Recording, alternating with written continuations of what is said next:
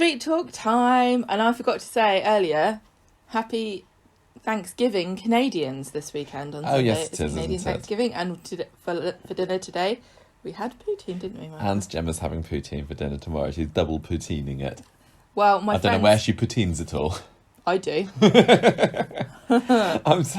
I'm really tired. There might have been a little clue that Gemma dropped just at the end of that intro sequence, that we hadn't actually watched Friday's Corrie yet.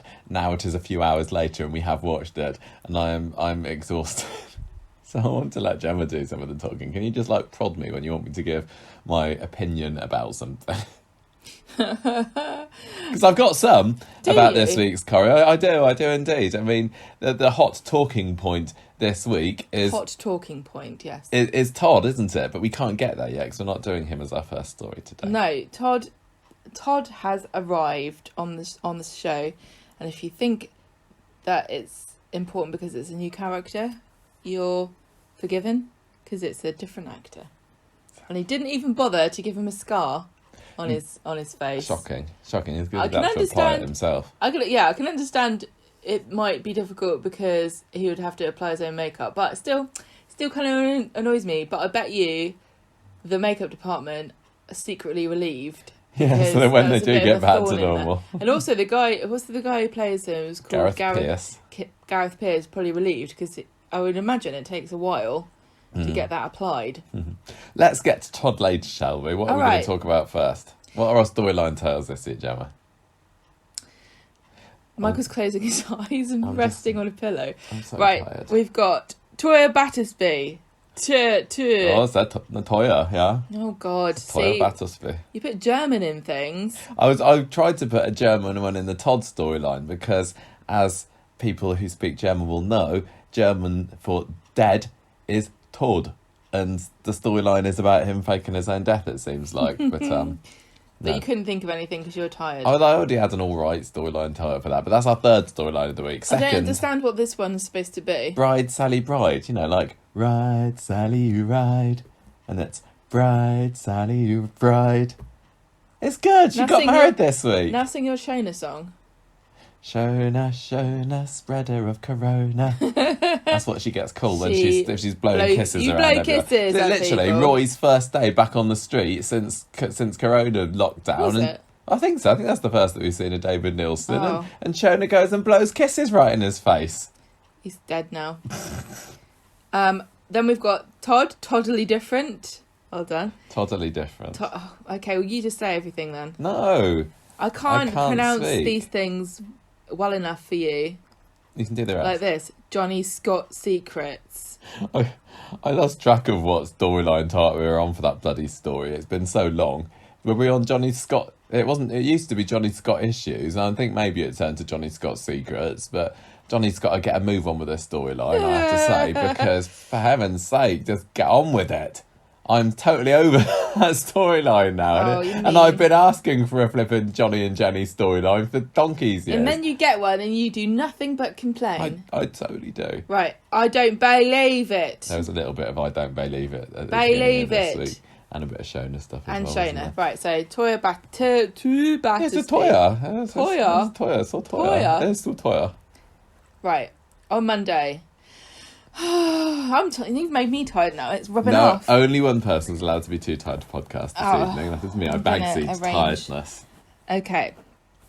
I need to make this box smaller. Where's the... Right, sorry. Mike always makes the window too wide. I don't get it. I don't get why you can't cope with a slightly wider than usual window. Go on. Because your eyes go all the way across. My eyes don't like it. My eyes are lazy.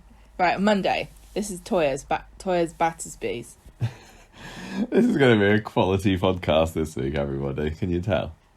Yeah. What has Nick and Steve and Toya and Leanne and Imran and Ollie and all of that lot been getting up to this week? Right, on Monday, Nick says to Steve that Leanne thinks everyone's against her, but he doesn't think that's necessarily the case. And then he gets another message from Sam. Leanne's in the tiz again in the afternoon, and Steve's like, calm down, we need to be ready for this mediation meeting that we're going to have. And Leanne is worried that, Leanne has made this conspiracy theory in her mind that what is actually going on is that Dr. Hospital has made a terrible mistake in saying that Ollie was going to die. And so they're covering their backs and they're going to offer them another specialist. I thought you were going to say they're going to off Ollie just to prove they're going to just take a pillow to his face. Definitely not going to survive this. Stay still, Ollie. Yeah. So inappropriate jokes will be peppered throughout this episode. I'm convinced they're going to be offered another specialist who will then cure Ollie to save Dr. Hospital's reputation. So Nick tells David about the fact he met up with Sam, and then they're going to go stargazing together. Very sweet. And Gail comes in, and Gail's back. Yeah, Gail came back on Monday, and so did Eileen on Monday. They were all back this week, weren't they? Lots of new returnees. Yes. weren't there this week. Yes, they were. So but still not Max. He's still just playing fart noises in his bedroom. Oh, youth. Don't we all have fond memories of doing that as children? So then Nick reveals to Gail about Sam and the fact she has got a secret grandchild. She does not want to hear Natasha's name again, but she understands what Nick's saying about, I can't. What a conundrum I'm in. What a quandary, Gail. What a quandary I'm in. So, the mediation meeting begins, and I have to say that the mediator was completely unprepared for the onslaught of Battersby that Leanne brought with her. Dr. Hospital starts saying, look, I'm very sorry that we haven't been able to work through our issues and we've had to have a meeting like this. I'm sorry it's come to this. And Leanne's like, yeah, sorry as well. Sorry I walked out of your last meeting. And because she's being magnanimous because she thinks that everyone's going to sort of lick her boots and say, sorry, Leanne, you were totally right all along. But then Dr. Hospital says, yeah, isn't it sad? I'm really sad. Your kid's going to definitely die. And Leanne's like, what? No, that's not what we're here for. I can't believe it. And Steve's like, it doesn't even matter how much it costs if you're worried about, if that's the problem. They're talking about how much does the machine cost or taking him out of the hospital. And she's like, no, it doesn't really make, I don't know why they mentioned the money thing. Because it's not like there is anything that anyone can do. This is his answer, isn't it? Throw money at it. If you throw money at it, then it's going to magically Dr. make Oliver Hospital says, better. won't make any difference. We can't risk taking him out of the hospital, because that's the idea that they've got now, is to take him out of the hospital and take him off to Germany or something. Is the reason that you can't risk taking Ollie out of hospital that somebody might see his face? And Coronation Street's done such a good job over the past month or so of hiding Oliver's face behind various bits of paraphernalia on the set. I mean, if Leanne wants... Ollie's behind a box. Ollie's behind a balloon. Ollie's behind a jug. I think that if Leanne wants to start down the conspiracy theory route, she might want to look into the fact that there's a conspiracy theory going around that Oliver is actually just a balloon with a wig on it. So why she doesn't want to go stargazer with Nick, because she might see the UFOs or something, get a real conspiracy theory. Get him beamed up, because they can probably put an implant in him. Yes. That will cure him. So yeah, they don't move them. Don't move him. It'll only make things worse. I mean, how worse can it get? I was just going to try and make another inappropriate joke there about Ollie being probed, and then he wouldn't be the only Battersby with a stick up his arse. That's mean. Like mother, like son. I can't condone this. So Leanne's like, oh, the mediator's on your side as well. You know what? Stick it where the sun doesn't shine, everyone. And Steve's like, yeah, see you in court. Ugh. That went well. Mediator, absolutely useless in this situation. Did nothing at all. No. I mean, she sat there and went... At least she turned up, unlike most of the other people that are supposed to be involved in this. All these other characters are like, oh, you've had your meeting with Dr. So-and-so, but nobody saw them. Okay, now then we get this, like, Nick and Tracy sort of, like, trying to feel each other out for how they are thinking about the situation. And both thinking the same thing, but not really knowing how to express themselves. Yeah, Tracy. But then says, eventually Tracy comes straight out with it. Nick and Tracy are talking about the fact mediation's gone really badly. Don't know what's going on with Oliver now. And Tracy says, "Who are they keeping him alive for?" Which is a good question. I mean, that sounded sarcastic when I said it like that, but actually she meant, they're only doing it for their own feelings, not for Oliver's benefit or well-being. Imran appears. No, and he doesn't says, appear. He has appeared. He's come and gone. You missed him. The camera wasn't. It's like Bigfoot. The camera wasn't pointing in his direction, so he's completely missed him. He says, "I found a specialist barrister man, and I will act as his assistant for free, because I know that you guys are sad and poor." This is a special barrister Just who's like me. a specialist in hospitals or something. What a vulture. No, sometimes they're naughty and they need to be told off. Tracy gets a call. I thought that said contact lady, and I was like, oh, contact tracing. Very topical. Tracy gets a call from a contract lady to sell the properties. So they're trying to get rid of streetcars and the flat above it. And Preston's Petals, which is her business. And they say, right, all we need now are the signatures. And Tracy says, well, actually, she says things have changed and we've decided not to sell. But really what she means to say is we've decided to let the kid die. So we don't need the cash anymore. Tracy, but can I have a little bit of it to go shoe shopping? But I still have feet. Tracy, I need to go to the cat print top store. Cat print tops. They always do really nice ones at Next, which I think is where they get a lot of clothes from. For Tracy. Corrie. They also get a lot of clothes from Next, I think. So Tracy's all. No, shut up. Hope you had a good evening. What? Okay, sorry, Alexi just interrupted us. So Steve is there in the hospital talking to Oliver, and Tracy's watching him. She's getting all emotional and wobbly-lipped. Steve is saying, Oliver, we've got a lawyer who's going to help us to get you help. Then Steve finds out that Tracy hasn't posted the contracts and she wants to talk to him about it, and she has a heart-to-heart with him. And this was like... This is great, this scene. This was Tracy at her most reasonable she's ever been. Possibly most likeable and sympathetic. I don't know whether there was a mixed reaction to this. The thing is, we all know that she's right. She says, we need to be more realistic. You need to be more realistic. Steve was being an absolute arse all the way through this conversation, getting really, really defensive. And for some reason, I found it more difficult to sympathise with him in this situation than I have been Leanne. But he says, all you care about is money. You just want to keep the money and the business. And she says, no, I'm on your side, but you and Leanne are too close to see things rationally.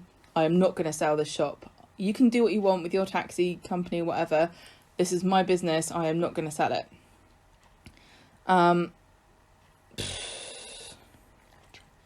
Tracy, Steve and Tracy Leanne here, but are Steve arguing, and Tracy. And he says, she says, look, let me say it. You're wasting all your time running around trying to sort this stuff out and trying to fight people, but you're just wasting time that you could be having with Oliver, and you're also robbing Amy of her future. And she says, Oliver's not going to get better. Make the most of your time with him. That was really sad. I can't imagine how difficult it would be to have to say that to someone you love about their child. But I mean, they need tough love now, don't they? Both Leanne and Steve. They've got what's that, folie à deux, where they're both gone crazy. Nick leaves a message on Sam's phone, see you at the moor, which unfortunately has cultural connotations in this country, things that are incredibly sinister. Steve shows up at the hospital, and Leanne says, well, I'll go home. Oh, this is boring anyway. So Steve reads Oliver a story. Not now. What? No, I was just going to say, not now, Bernard. And then he's like, oh, this is the bit where you say again, Ollie. And Ollie's like, no, I'm dying. I just want to go to sleep. So does not want an encore. He's reading it. He does a very good job. I felt like that was a nice story. Yeah, it was. But you're right. It's hard. It is hard to sympathise with Steve a bit because the story isn't about Steve, is it? Even though he probably shouldn't be, he's certainly a secondary character in the story of Leanne and Ollie and Nick. I felt like Steve brought this book because he was reading it himself and he had to know how it ended. Also, I don't know why he didn't bring one of the many books that ends with some horrible tragedy happening. Yeah. So that I like everyone that can Peter cry. Pan one that Leanne was reading the other week. On Wednesday, Nick is doing a Zoom call with Sam, and then along comes crazy Granny Gail introducing herself.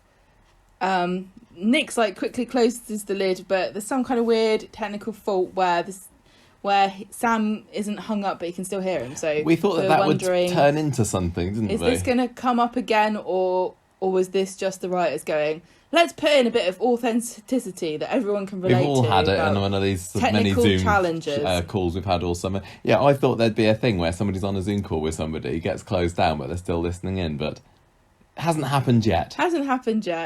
Tracy tells Emma what's going on, and she says, maybe I'm a bit harsh, but I can't regret it because I'm definitely not going to sell that florist. I can't change what's happening to Oliver, but I can definitely help Amy.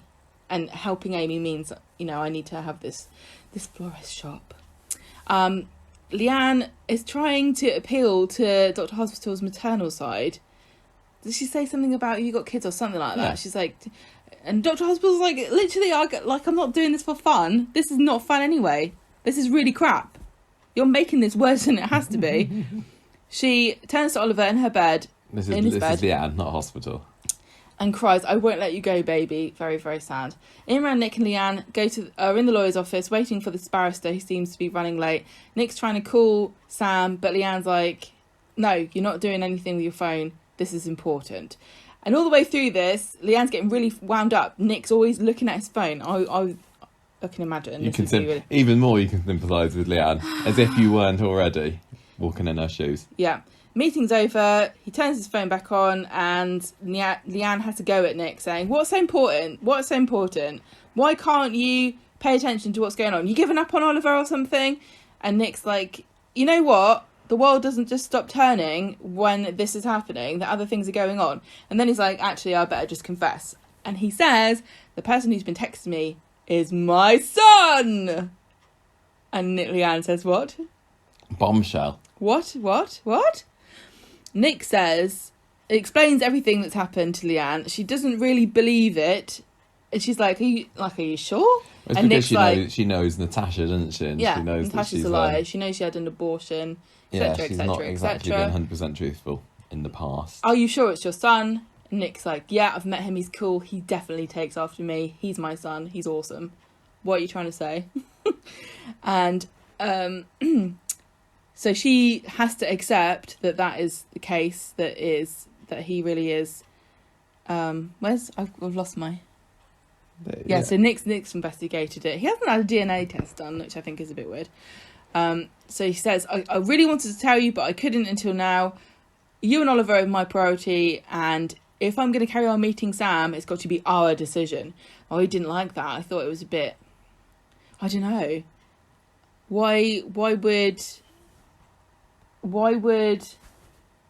he let Leanne say that, or give... I think it's mean to give her the opportunity to say, oh, well, you could have told me not to see my son and I would have done it. There's no way he would have actually stopped seeing his son. And it's not fair on the kid either. And he promised Natasha he wouldn't mess him around. I know. But he knows Leanne's not going to say, no, you can't see your son anymore. I don't think he admitted that to himself, but I think he knew deep inside, there's no way somebody is going to look me in the eye and say, you can't see a kid anymore. I know, it's a win-win situation for Nick, isn't it? He's like, oh, well, you said I could do it. Leanne calls off and says, look, we should all meet up. I want to meet Sam. You said he's really cool. Yeah, I heard he likes space, and I love space as well. I don't know if you know that about me. It's my passion. It's always been my passion for life. Nick's like, I don't know if this is such a good idea. She's like, no, I want to meet this son if he's so cool. I want to meet this kid. So Sam, Natasha and Nick are in the waiting room. And I was pretty cool myself when I was a teenager, says Leanne. Do you remember that? Yeah. Red hair, blonde streaks at the front. Yeah, it was awesome. Natasha wants to meet with Leanne first, and Nick and Sam go and get coffee. And Natasha's like, oh, I'm really sorry about your son, Oliver. And Leanne's like, shut up. Is it true? Is it really Nick's son? And Natasha says, yes. Unfortunately, this is the last thing I wanted. I promise you, I'm not a psycho anymore. But yes, it is true. And what is it? she's like, oh, I didn't even want this to come out. It's because I was at the hospital. So really, it's your fault. And then once Leanne has accepted that this is definitely true, Sam comes along and he's like, hi. Oh, he's so sweet. And Leanne's just like sitting there and he's chatting away, talking about he wants to go to Bristol University, he wants to be an astrophysicist, etc, etc, etc. Leanne's reaction to seeing Sam was so heartbreaking. And she smiled, but she looked so sad as well. Like it took her by surprise, her reaction. Like she had a bit of a wobble, didn't she? She wasn't prepared for. I think she wasn't prepared at all for her reaction, because she obviously immediately felt a connection to Sam because he's so adorable and he's so open and like willing to make friends with people, and she wasn't prepared for him to be so cute, and neither was I, to be honest. So anyway, she can't take it, Leanne. She goes into a side corridor and she says, Nick, I'm sorry, but I can't help hating you because of this. You have to go. Very sad. On Friday, Leanne tells Toya about Sam. And Toya's like, what? They're giving kids out? Where? Tracy chats to Mary and Nick about being worried about Steve. She's trying to justify not selling the florists. I don't think she really needs to. I think everyone understands it is a bit of a crazy idea. Why does she need... I don't know why she thinks she has to sell it now anyway. I know they're talking about legal costs, but they don't know what they would be. Well, yeah, not £500,000, you would hope. I would hope not. Both Tracy and Nick are worried about the fact that they are not involved in any of these conversations, or they're not really sure what Leanne and Steve are thinking. Very difficult. They're kind of being frozen out emotionally, aren't they, a little bit? So Toya goes and tells Imran about Sam. She's like, can you believe this? Can you believe this? I can't believe it. I mean, I can believe it. I've had a number of weeks of watching this. I've had time for it to filter through. Imran goes in to see Leanne and Steve and says there's a court case for the court date, October the 19th. I've written the 9th here. It's today. No, You're late. And they're gonna hit him with a brick. It's in a couple of weeks, isn't it? Yeah. Leanne's like, oh no, so soon. I've got nothing to wear. She says it's like so soon, but I thought this was urgent, isn't it? Oh, I mean, time is ticking. Yeah. Nick arrives at the hospital to see Leanne because she needs him, but she says, like, I can't handle Sam right now. Like, all this space stuff is just, it's blowing my mind. You told me about black holes. I can't stop thinking about them. Yeah, that was a bit of a pointless split, really, on Wednesday to Friday, wasn't it, between Leanne and Nick? I don't think they really split up, though. Are we supposed to think that's what happened? Well, no, I mean, she told him to bog off, and I thought that she was going to be making a bit more of or attempting to make a clean break from him, but it never really happened, didn't it? You know, half an episode later, she's like, let's come back. Sorry, I only said that for a cliffhanger purposes yesterday. Are we friends? I've heard a lot of people really losing sympathy for Leanne and getting upset with her about her reaction. I just really found it very authentic and raw and true. And I said this to you as well at the time. The thing about it is that I think this is a very honest reaction that you might have if you're in this situation. But unfortunately, we can't hear inside her head. It's not that kind of program. If it was a book, we might be able to hear her thoughts and things. Because this is a TV show, she has to say what she thinks for us to know. And so she has to say to Nick, I hate you, go away. And everyone thinks she's being juvenile and childish, but I really can understand why she feels this way about it. And I don't think for 1 minute she thought she was being justified. But honestly, she's so worn down and so emotionally wrung out that she just has nothing left but the truth at this point. Well, yeah, she has to say what she thinks. When she said that to Nick, she was like, she I can't remember exactly what she said, but it was like, I know this isn't what I should be saying right now. Yeah. But I just, I can't help it. Yeah, I've got to say what I think, I I can't handle this at the moment. She can't. I'm finding everything about her reaction very genuine, and it's not like everybody would have exactly the same reaction to her, but she's definitely a heart on your sleeve kind of girl, and she's so obviously very, very invested. I mean, it is okay. She's I'm very invested in this her child. Yeah. I think the thing is that it's also a very Leanne thing as well. Like, it's very true to her character. Yeah, when having a go at somebody, and she's decided now that the hospital, she over the course of the last few weeks, the idea that the hospital is maybe not being completely honest with her is cemented itself in her brain, and she's not the sort that's going to let that go. No. Now that she's bitten onto it. Yeah, and I think Tracy. No, I forgot what I was going to say now. It's that both Stephen and Leanne are using this idea that there's something that can be done to avoid the truth of the matter, and so to construct this idea in their minds, they need someone to blame for it. And it really is just to avoid confronting the truth. Yeah. I'm finding Leanne's reaction to feel, to me as a viewer, a lot more genuine than Steve's. And when Steve and Tracy were having that chat the other day, which was really great, I thought, Steve, do you really believe that Oliver can get better? Do you think that we can fight him? Do you actually think that the hospital is conspiring against you, or are you just saying that because of Leanne? But there wasn't it's like any. He wants to believe it rather than he does believe it.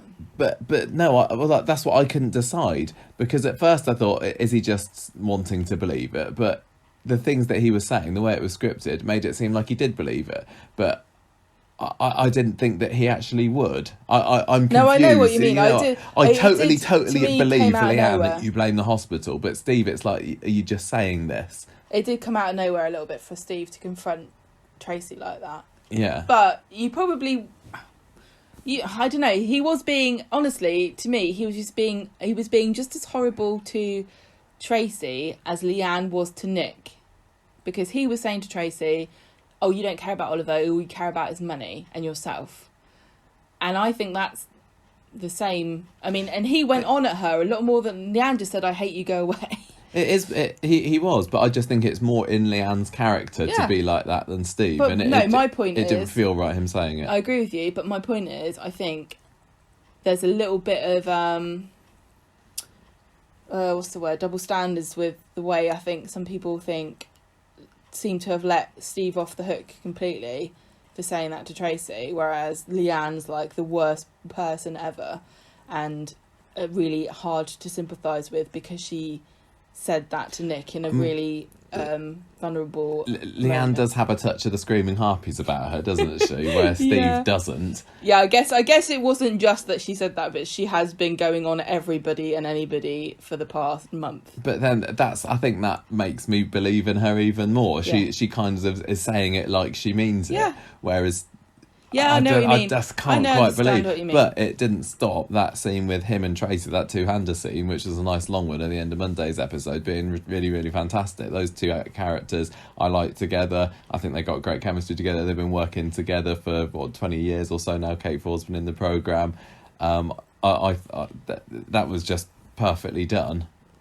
Again, it's not apart from me not really believing him. Not particularly clear to me what they were selling when they would sell the flower shop, because the theory is that we're working off of, which we have sort of decided is fact, is that it's Ray secretly buying up places around Coronation Street.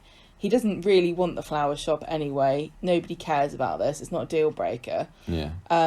But the taxi company is definitely selling the building, not the business. Because the business, Ray's not buying properties for the business reason. He's buying it to develop it, we think. This is the theory. So theoretically, Steve could sell the taxi building and just have a taxi. I mean, what purpose does the taxi office serve anybody? None whatsoever. Everybody could do their taxi organising job at home. Yeah. So he's selling a property. Got a handy, forecourt outside to. Sometimes park people the will cabs come on. in so they look through the window and go, I need a cab. Yeah. But I'm lazy. I would just phone from my house. I don't know why I would walk to a cab office when they've got a car. Anyway, so we're not really sure whether what would be the point of selling that now anyway, and how much money would they really get from selling a flower shop. I still think it's weird that they all own these properties. I was Doesn't make sense. I can't stop thinking now when I'm watching things like that about what that person theorised on our Facebook group the other week about, is it Liz's lines that Tracy's reading, and when Tracy is being, you know, I think you're being a bit mean to Tracy now. Is it Liz saying I don't want to sell the flat, or what? I don't know. It's a weird one because it can't be, because they want to sell. They want the storyliners want Steve to sell his business and the flat above it to facilitate Ray's plots, right? So Liz saying don't sell the flat, I'm not selling the flat, wouldn't work because he needs the flat to sell to develop. Yeah, no, that makes sense. What do you think that Tracy would be like if the tables were turned and Amy was in the same position as Oliver? Because Tracy's able to, you know, take a step back from this and see the truth that's staring her in the face, that Ollie's not going to come through this. Would she, if Amy was in this position, be saying exactly the same as Leanne, and she'd probably be worse and flinging more mud than Leanne is? And probably, and also sadly, I have to say, if this was Amy on the bed and they were talking about, should we just let Amy die, I would feel so much different about this story than I do, because I have not got anything to think about Oliver. I don't know anything about him. He is not really, he's just a child character. I'm not going to miss him when he's gone. I have no emotional attachment to him. The concept of a child having a terminal illness is incredibly emotive, but there's no added personal emotions I feel toward Oliver. It would be very, very different if it was a different character. Like, can you imagine Simon at the height of cuteness being in a little hospital bed and they're going, oh well, he's gonna just let him die? You find it even more I think you'd find it definitely so much more difficult to watch. It's to me, I think it is a bit odd that they picked Oliver just because nobody's got any real attachment to him. I mean, they could, but like the plot, all the surrounding characters are much more interesting, you know, very interesting, and there's lots of dynamics that they've done a really good job of sort of involving and stuff. But any other child character, well, what if it was Sam? What if it was Ruby or Hope? I mean, we already had Hope's already had her death door story. But if it was little Ruby, I wouldn't want them to let that happen to poor Ruby. I know. But yeah, if it was Sam, I would say no. We must get Doctor. Still enjoying him this week. We haven't seen a whole lot of Sam. I mean, but I've certainly not in any way gone down in my estimations of him. I'm still loving him. I loved him on Zoom. I loved him when he came to the hospital, when he was sitting talking to Leanne. That's. I am thinking that Sam may be a catalyst for Nick and Leanne to split up, because I can't see Leanne being able to cope with how amazing Sam is and watching Nick and Sam have fun adventures. We're not going to see Leanne going a bit crazy and calling Sam Ollie or anything like this. I don't know, maybe. That sounds like something Coronation Street might want to do. Is she going to pretend or start to think that she's actually Sam's mum or something? Peter Pan's your favourite story, Sam. Look, here's your red car. Oh. I very much enjoyed all this. It was definitely a story highlight of the week for me. Jane was still wonderful. Jane Danson is absolutely killing it on this storyline. She is so brilliant. She's so the expression on her, like I said, the expression on her face when she saw Sam, so many layers of emotion just in that one little look. Amazing work. Yeah, I think we've said it all before. Really, I can't say that there was the big. No, there were storyline developments in this week, weren't there? There were. The fact that we now everybody knows Sam's not a secret child. I mean, in years gone by, Sam would have been on Nick's phone and Leanne would have found it and thought Sam was a woman who really liked space and they were having an affair. Women can You know, want to be astrophysicists too, you know. women don't like space. Because of all the I love you and all this stuff and the kisses and whatever, I think it would be really easy for that to have happened. But I'm glad they didn't. I like that Nick just said it, and maybe his timing could have been better, but he's been worn down just as much as Leanne has in some ways. Honestly, so when she was having a massive go at him, I'm not surprised that he cracked and just said it. Yeah, exactly. That's why I'm not too mad at Leanne, because really Nick should have kept his mouth shut. Yeah. Or have said it as soon as he found out. But he couldn't. They're all just so tired, aren't they? It's very draining. Yeah, I've definitely come round on the idea, because when I heard that Natasha's coming back, secrets and I thought, we don't need that extra layer. Oh actually. no, but it's brilliant. But it is. I'm very, very much enjoying this, and I'm still dead chuffed that they're going down the route of killing Ollie off. I don't know if drama. they will. They might still get this doctor. No, he's from Germany. He's on borrowed time, I'll tell you. Okay. Right, Sally Bride. Let's do the next story. So it's wedding week. Remember, we only found out last week that Tim and Sally were going to get married this week, so they better get their skates on and get down to that church. So Abby on Monday is going to go and help Sally pick out a dress. They're all trying to keep this wedding secret from Geoff because they think he's going to storm on in and gate crash it. So we see a couple of scenes with them blanking Geoff in the street. Even Faye, he tries to say, look, I haven't spoken to you for ages. Come and chat with your old granddad. And she's like, not interested. He's all on his own. So Alia goes to the prison to speak to Yasmin, and we find out that Paula, and when I heard Paula, I thought Paula Wilcox, Elaine, Philip. No, Paula, lawyer Paula. He's had a bit of a thing. What's it called? A turn in the hay? No, what's it? What, with roll Tracy. in the hay? Roll in the hay with Tracy. Turn in the hay. She's rung Imran with a trial date, 2nd of September. The dates are all getting lined up at the moment, aren't they? We've got the trial date next week for hospital stuff. 2nd of December, which is week before Corrie's 60th anniversary week, this trial's going to take place. Well, the trial's going to start then. I can only assume the trial's going to go on for about a week or so, and maybe the big verdict will happen on the exact 60th anniversary of Coronation Street. Just putting that idea out there. Anyway, Yasmin, however, is still feeling very, very pessimistic about this. She thinks that Geoff's going to do something and he's going to come out smelling of roses. He's going to take all the money out while he still can. And again, she says to Alia, back down. Just stay out of it. Stop. Keep your nose out. Him. Stop talking to Geoff. Stop gloating him. and antagonising him. Exactly. She just can't do it, can she, Alia? And I'm sorry. I just really, really, really struggle to take Alia's side. When she was having a go at Geoff in today's episode, I was like, shut up, Alia. Leave the poor man alone. What? Anyway, Yasmin. That says more. That obviously says more about Okay, not the poor man, but it's just like, Alia, you've been told. Stop it. Get a spray bottle. Anyway, Yasmin is worried that when she has to go up and stand on the stand, she's gonna crumble. She's not going to be able to cope with it all, and she asks after Elaine, but there's still no word. Alia says, you're going to be a powerful witness because you've got truth on your side.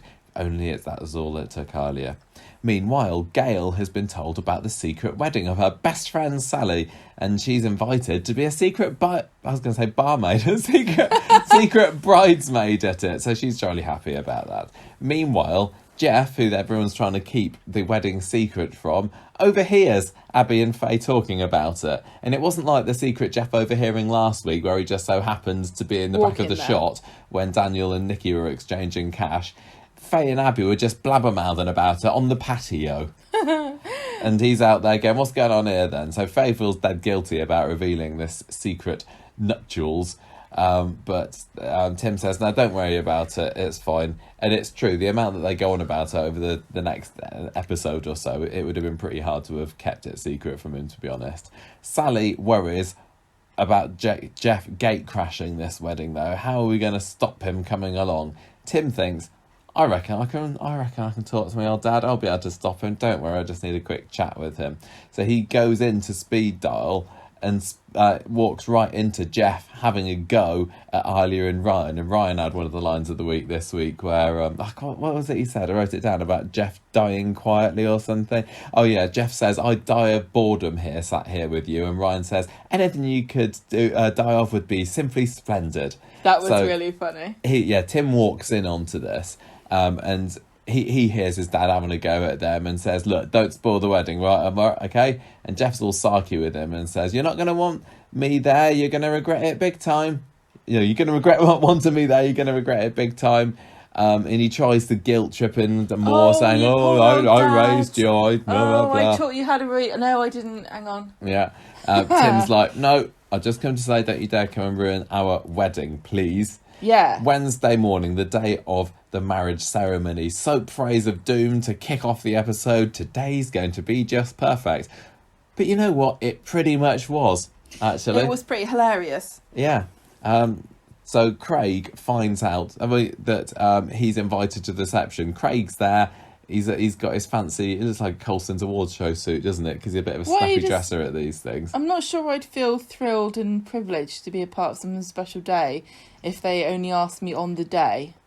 Well, they've only known that the wedding was happening for about 2 episodes worth, so it's fair play. They've got enough time to buy a dress, they've got enough time to send out invitations in advance. Well, it's Faye, isn't it? She's sniffing around Craig on Wednesday. Ban that. Sorry.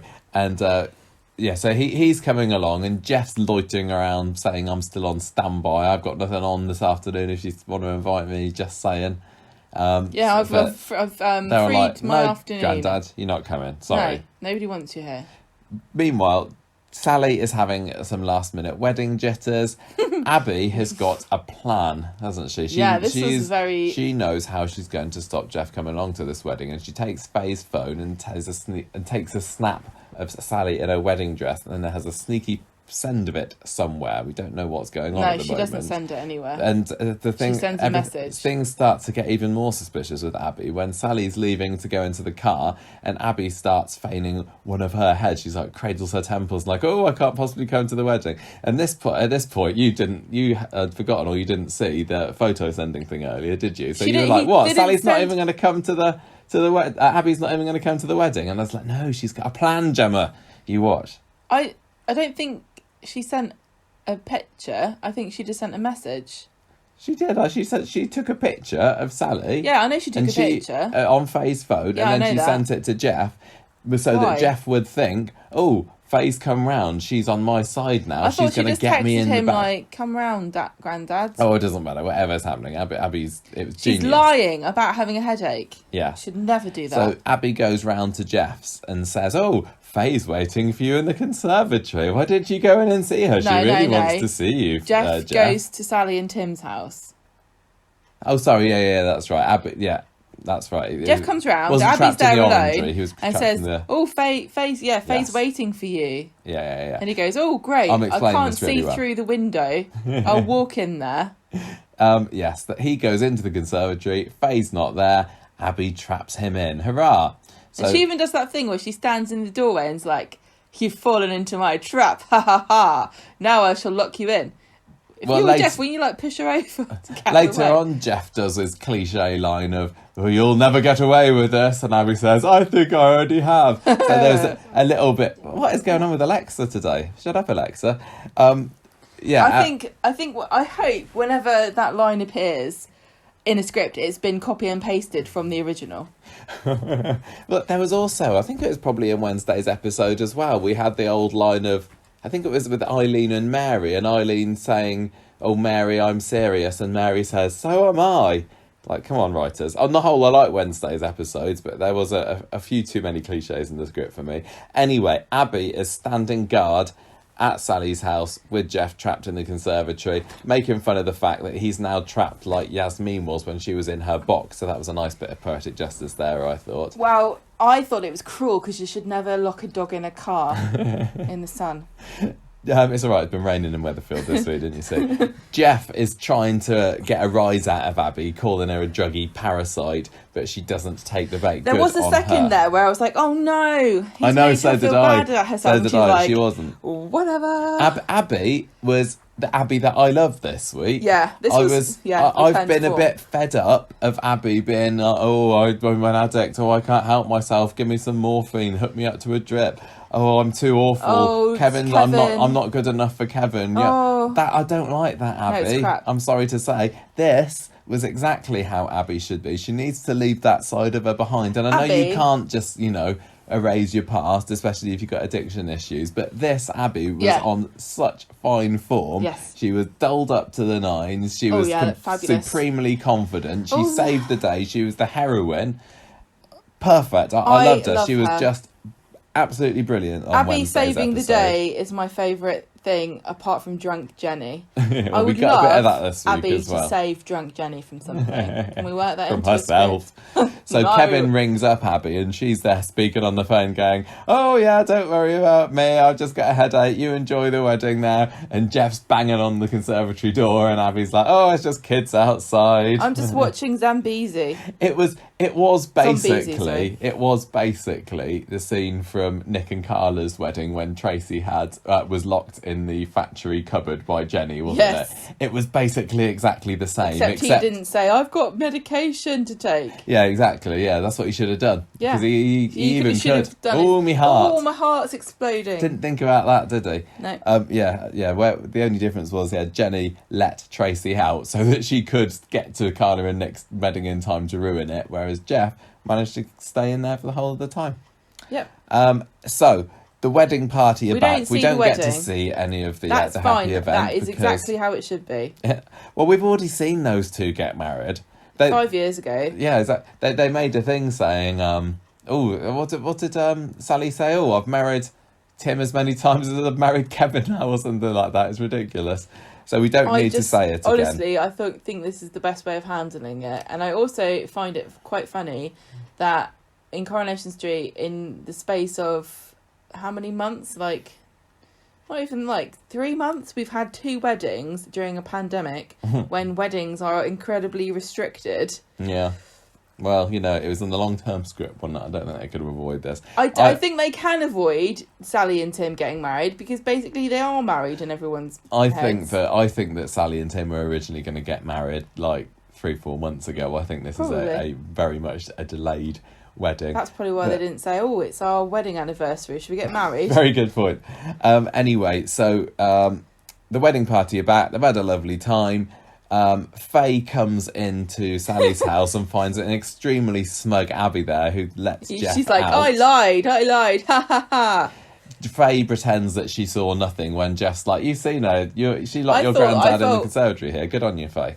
Oh, poor Faye. But she had no qualms about it, did she? She's not. She has washed her hands of Geoff. Don't know what you're talking happy about. Birthday for 20 seconds.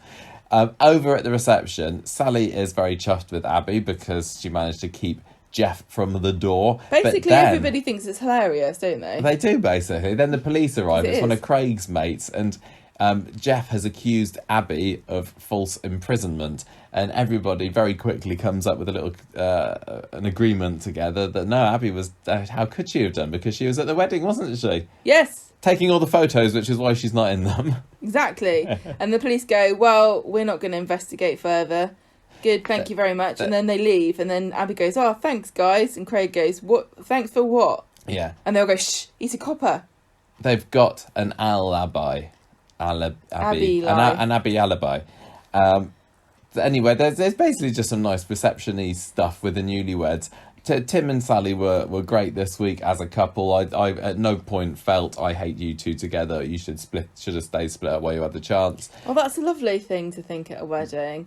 Oh, I really like this wedding. They should in no way have split up. This is why I might have enjoyed seeing the ceremony, because I don't care about seeing Maria and Gary's wedding ceremony. You're right. But for a couple that I feel something about, or I have felt something about in the past, I'd rather see them say their vows actually and show off their rings.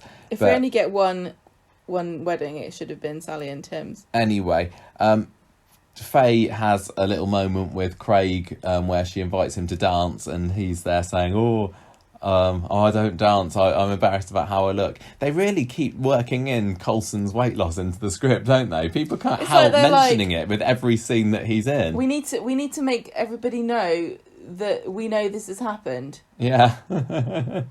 Anyway, of course, nobody mentions the fact that Todd's come back with someone else's face on his head. They have a nice little dance together. Apparently, we don't see it because it'd mean them getting close to each other.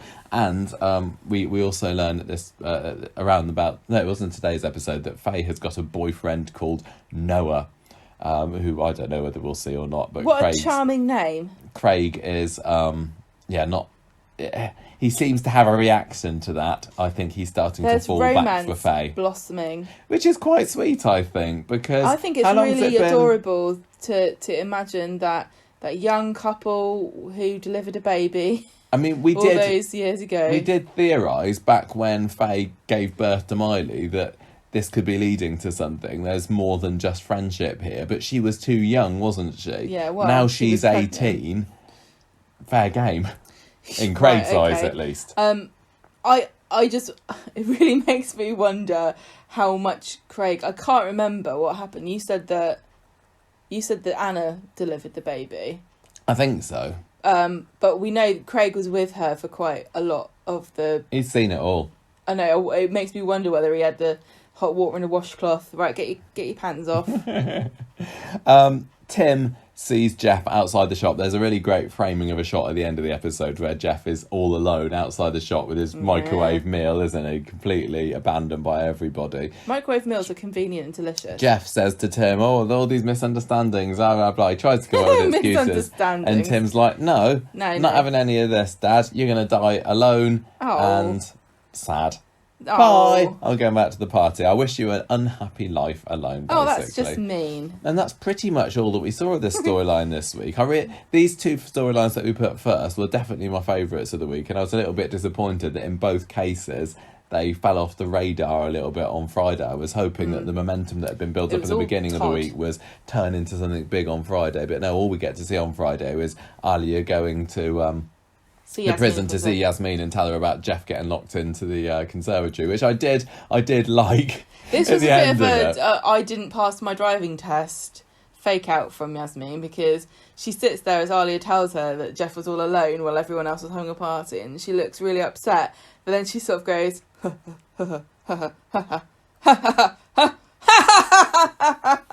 thought that was nice. It was kind of supposed to show like this is the first time Yasmin has laughed since, isn't that funny, in the past 6 months. The first time she laughs is at somebody's misfortune. I know it's at Geoff's misfortune. I know it's deserved, but it's still very vindictive. I thought that was a real kind of breakthrough moment for her, like a moment of relief. Finally, there's a crack. It's also he can be defeated, And we've been told by Alia that Yasmin is more back to her original self, haven't we? Yeah. When she's come back from visiting her sometimes. Yet when we've seen her visiting her, Yasmin's still been very, morose. in her shell. But this is us as a viewer saying, no, there's a light there at the end of the tunnel. And it was a little bit cheesy, but it was very cheesy. I couldn't help and theatrical. Grinning myself as the smile started to spread across her face. So I did enjoy that moment. And then this is when Alia goes back to speed dial and has another gloat at Geoff, despite being told, just leave it, Alia. Just don't talk to him. He's already on the back foot. He doesn't need you to rub it in anymore. He's gonna. She just wants to have the last word, doesn't she? Oh, she's the worst. Yeah, she is the worst. If she was in a World War II film on playing Winston Churchill, this would be the only time people were like, God, Hitler's not too bad. I hope he wins. So he doesn't take the bait. Of course, not really everybody. Of course. Yeah. But yeah, he leaves speed dial with Alia thinking that she's won.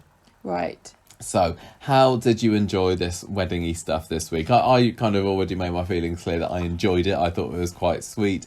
I just want Sally and Tim to stay united. Just shut up about your relationship now. I don't care anymore. I will forget about the last 3 years just of be Tim being married. a massive arse. If we can go back to being a decent, one of Corrie's best current couples without Yeah. the squabbling, without the drama. fallouts, without the Tim trying United to boss front. Sally around. Yeah, being a misogynist pig.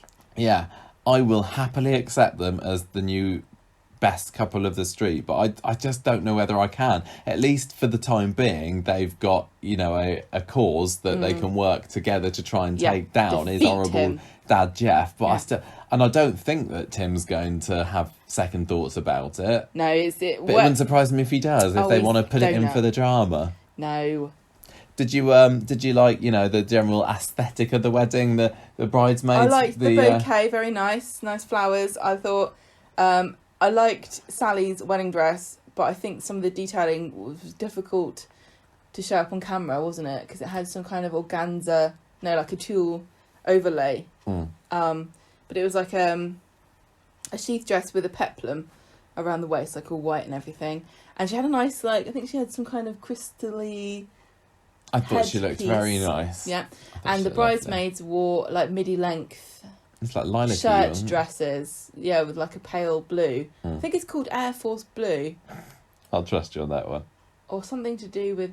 Anyway, it's a sort of a baby blue, but slightly darker than baby blue, laced with like collared shirts and stuff. Looked amazing. I thought it was on all very, of very them. tasteful, Very tasteful. and I do like the new look bistro. I thought it all looked lovely together. The one thing that did let it down slightly was the lack of guests, and Abby not being there was a shame for the. I know she had a reason for being away, but then also Gail not being at the reception because she had to go and move Shona in, which was weird. The whole Gail inclusion on Wednesday seemed a little bit forced, and that speech. What? Oh. Gail. It was nice to see her back. I mean, as we've said before, this week was the en masse returning of the over 60s to Coronation Street, wasn't it? We had Roy, we had Evelyn, we had Gail. It's a pensioners' invasion. It really, really was. But They're not pensioners, Michael. How dare you? Gail just seemed like the writers were saying, "Wooey, do you remember? These two used to be friends. They have scenes together once or twice a year. They're the best friends Coronation Street's ever had." And I was thinking, watching it, no, I don't believe it. They're wheeling her out. When Gail was like, "Oh, I always call Tim Yoko Ono because he split us up." It's like, no, he didn't. You never even have anything to do with never Tim talk and to Sally. her. You don't even have a cat Gail. You never even talk to Sally, let alone Tim. I didn't believe it. It felt forced. I want them to be friends. They have been friends in the past. Coronation but they're Street does absolutely seem not. to think as though you can say somebody is super, super close and good friends, but never show it, and it's the same thing. Yeah, and it takes do the more same than thing just with writing a weird, romances. speechy poem thing, Gail, to show your friendship. And I kind of liked it, but in the back of my head, I was thinking, this isn't making Gail look good again. It's the same Gail that I've been moaning about for the past few years. Buffoon Gail, she kind of was out in full force this week, wasn't she? She didn't even... What was it that she didn't know what it was today? She didn't know who somebody was that was really obvious. Oh, yeah. Oh, Garfield. Oh, yeah, she didn't know who Garfield Everyone was knows today. who bloody Garfield. I I would not be surprised if David didn't know who Garfield was, but Gail's been around. for a while, let's just say. So when she arrived back, because she was back again, wasn't she, on Monday? Nobody remarked upon this, but she clearly has been away from the street Who, because she's Gail? had a lobotomy. That lobotomy has happened a long time ago. It didn't take properly, and they did it again. Yeah, I don't like saying this about Gail, but they just made her an idiot, a real simpering, buffoonish idiot, and they were going that way with Deirdre, God rest her soul, but she was never as bad as Gail has got now, and Sally has also been veering towards the ridiculous at points, but They're not very good. They've with really middle-aged made a women. comeback with her. No, they're not. They can do old ladies because they're either wise or mean. But when you get to be a middle-aged woman on Coronation Street, you better watch out because they'll just turn you into a moron. Sally's got the right balance of comedy and being a bit silly and simple sometimes, but also she's had enough serious stories so that she's not like that all the time, and I'm sorry, but Gail is just like, I mean, when she came out the shower in today's episode, and I thought Aaron that was was quite standing funny. there, it is in small doses, but when that's all the character is, I also couldn't believe the cheek of the wrong woman way. to be having a go at Shona for not knowing what things are. What's your excuse, Gail? She got shot in the head. So, what else have we got to say about this? Geoff getting locked in the conservatory. Even though it was reusing the thing that they had with Tracy and Jenny, I thought I did enjoy that twist. I didn't know what was going to happen. I didn't know whether Geoff would try and ruin the wedding or everything. And I loved Abby having yet another moment of triumph. But I was wondering, is Geoff going to go, totally, Terminator about this and break his way out? Yeah. Wouldn't that have been amazing if Geoff had literally broken out of the conservatory? He could have done. He could have picked something up and shoved it. I don't think know you can break how tough is double conservatory glazing. glass. He'd have been able to. I don't think people. I don't know. I've never tried. If he'd really, really wanted to get out, I reckon he could have done. But no, he was just there banging at the. If he was locked in our shed, Banging at the door. He should have jiggled it, shouldn't he? So the door handle. If he was locked in our shed, he would merely have to push. He'd just have to blow on the Hard. door and the whole thing would have collapsed probably. I did make me think though, Yes. why did he want to go to the wedding? Did he definitely want to woken up, ruin Michael. it? No, he wants to ingratiate himself back into the family. Because he needs someone on his side. He needs somebody in his corner. He hasn't got anybody. I mean, he must thrive on manipulating people and He's he a bit. wants power over people, and he doesn't have anyone to have power over. He needs to give up. I mean, the family have been turned against him now for what, 3, 4, 5 weeks maybe, and they're not looking like they're willing to give him an inch at all. I mean, so what was turning he up at the doing? wedding, I mean, there's no way it could have worked. I think he's just getting really, really desperate at this point.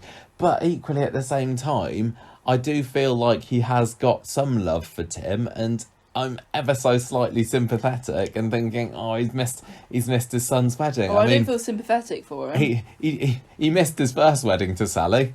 I don't know Yeah. what the So he excuse wasn't there there. was He that wasn't Geoff around, wasn't right? at Sally and Tim's first wedding. Yeah, It must- can't really feel too bad for him because he can just go off and whatever he was doing for the however many years he hasn't seen Tim before he Go came back back and on the do show, that. go and do whatever that was. He must have had friends and people to talk to. Yeah, I don't know, but are you glad? Would you rather he had got out and made a mess of the wedding, or are you glad that would that have been better drama, or was it more I thought this was satisfying? perfect because what it happened? wasn't high stakes.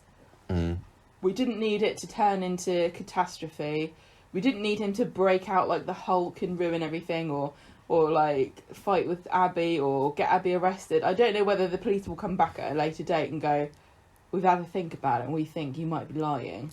Yeah, I mean, this is the thing with Abby. I love her when she's doing stuff like this, but like the last time it happened when she blew up Ray's car, which was an amazing moment of triumph towards the beginning of the year. Then we had to deal with all the fallout of it, with all the police are coming around and now Ray's blackmailing her, and it's like, I don't need that. I just want Abby to have a carte blanche to get away with anything. And when the police turned up at the wedding on Wednesday, I was like, oh no, I don't need to see Abby being arrested and taken to the police station and being interviewed, and then Geoff gloating. So I liked, as wrong as it was, as a morally outstanding citizen as I am, I liked it when everybody rallied round Abby and said, oh no, she couldn't have done that because she was nice. there. That was a really good sort of just a very quick underlining of everybody is on the same page here. Everyone's united against Geoff. He has no allies or friends. And hopefully it was enough to stop. If they hadn't done it, maybe people would have been saying, hang on a minute, why doesn't Geoff just go and report Abby? Because he's shown in the past that he's perfectly willing a to dirty snitch. go to the police station and try and tell on whoever it is that he thinks is doing him wrong. What do you mean So- thinks? Whenever he's done that though, he's been right. I know.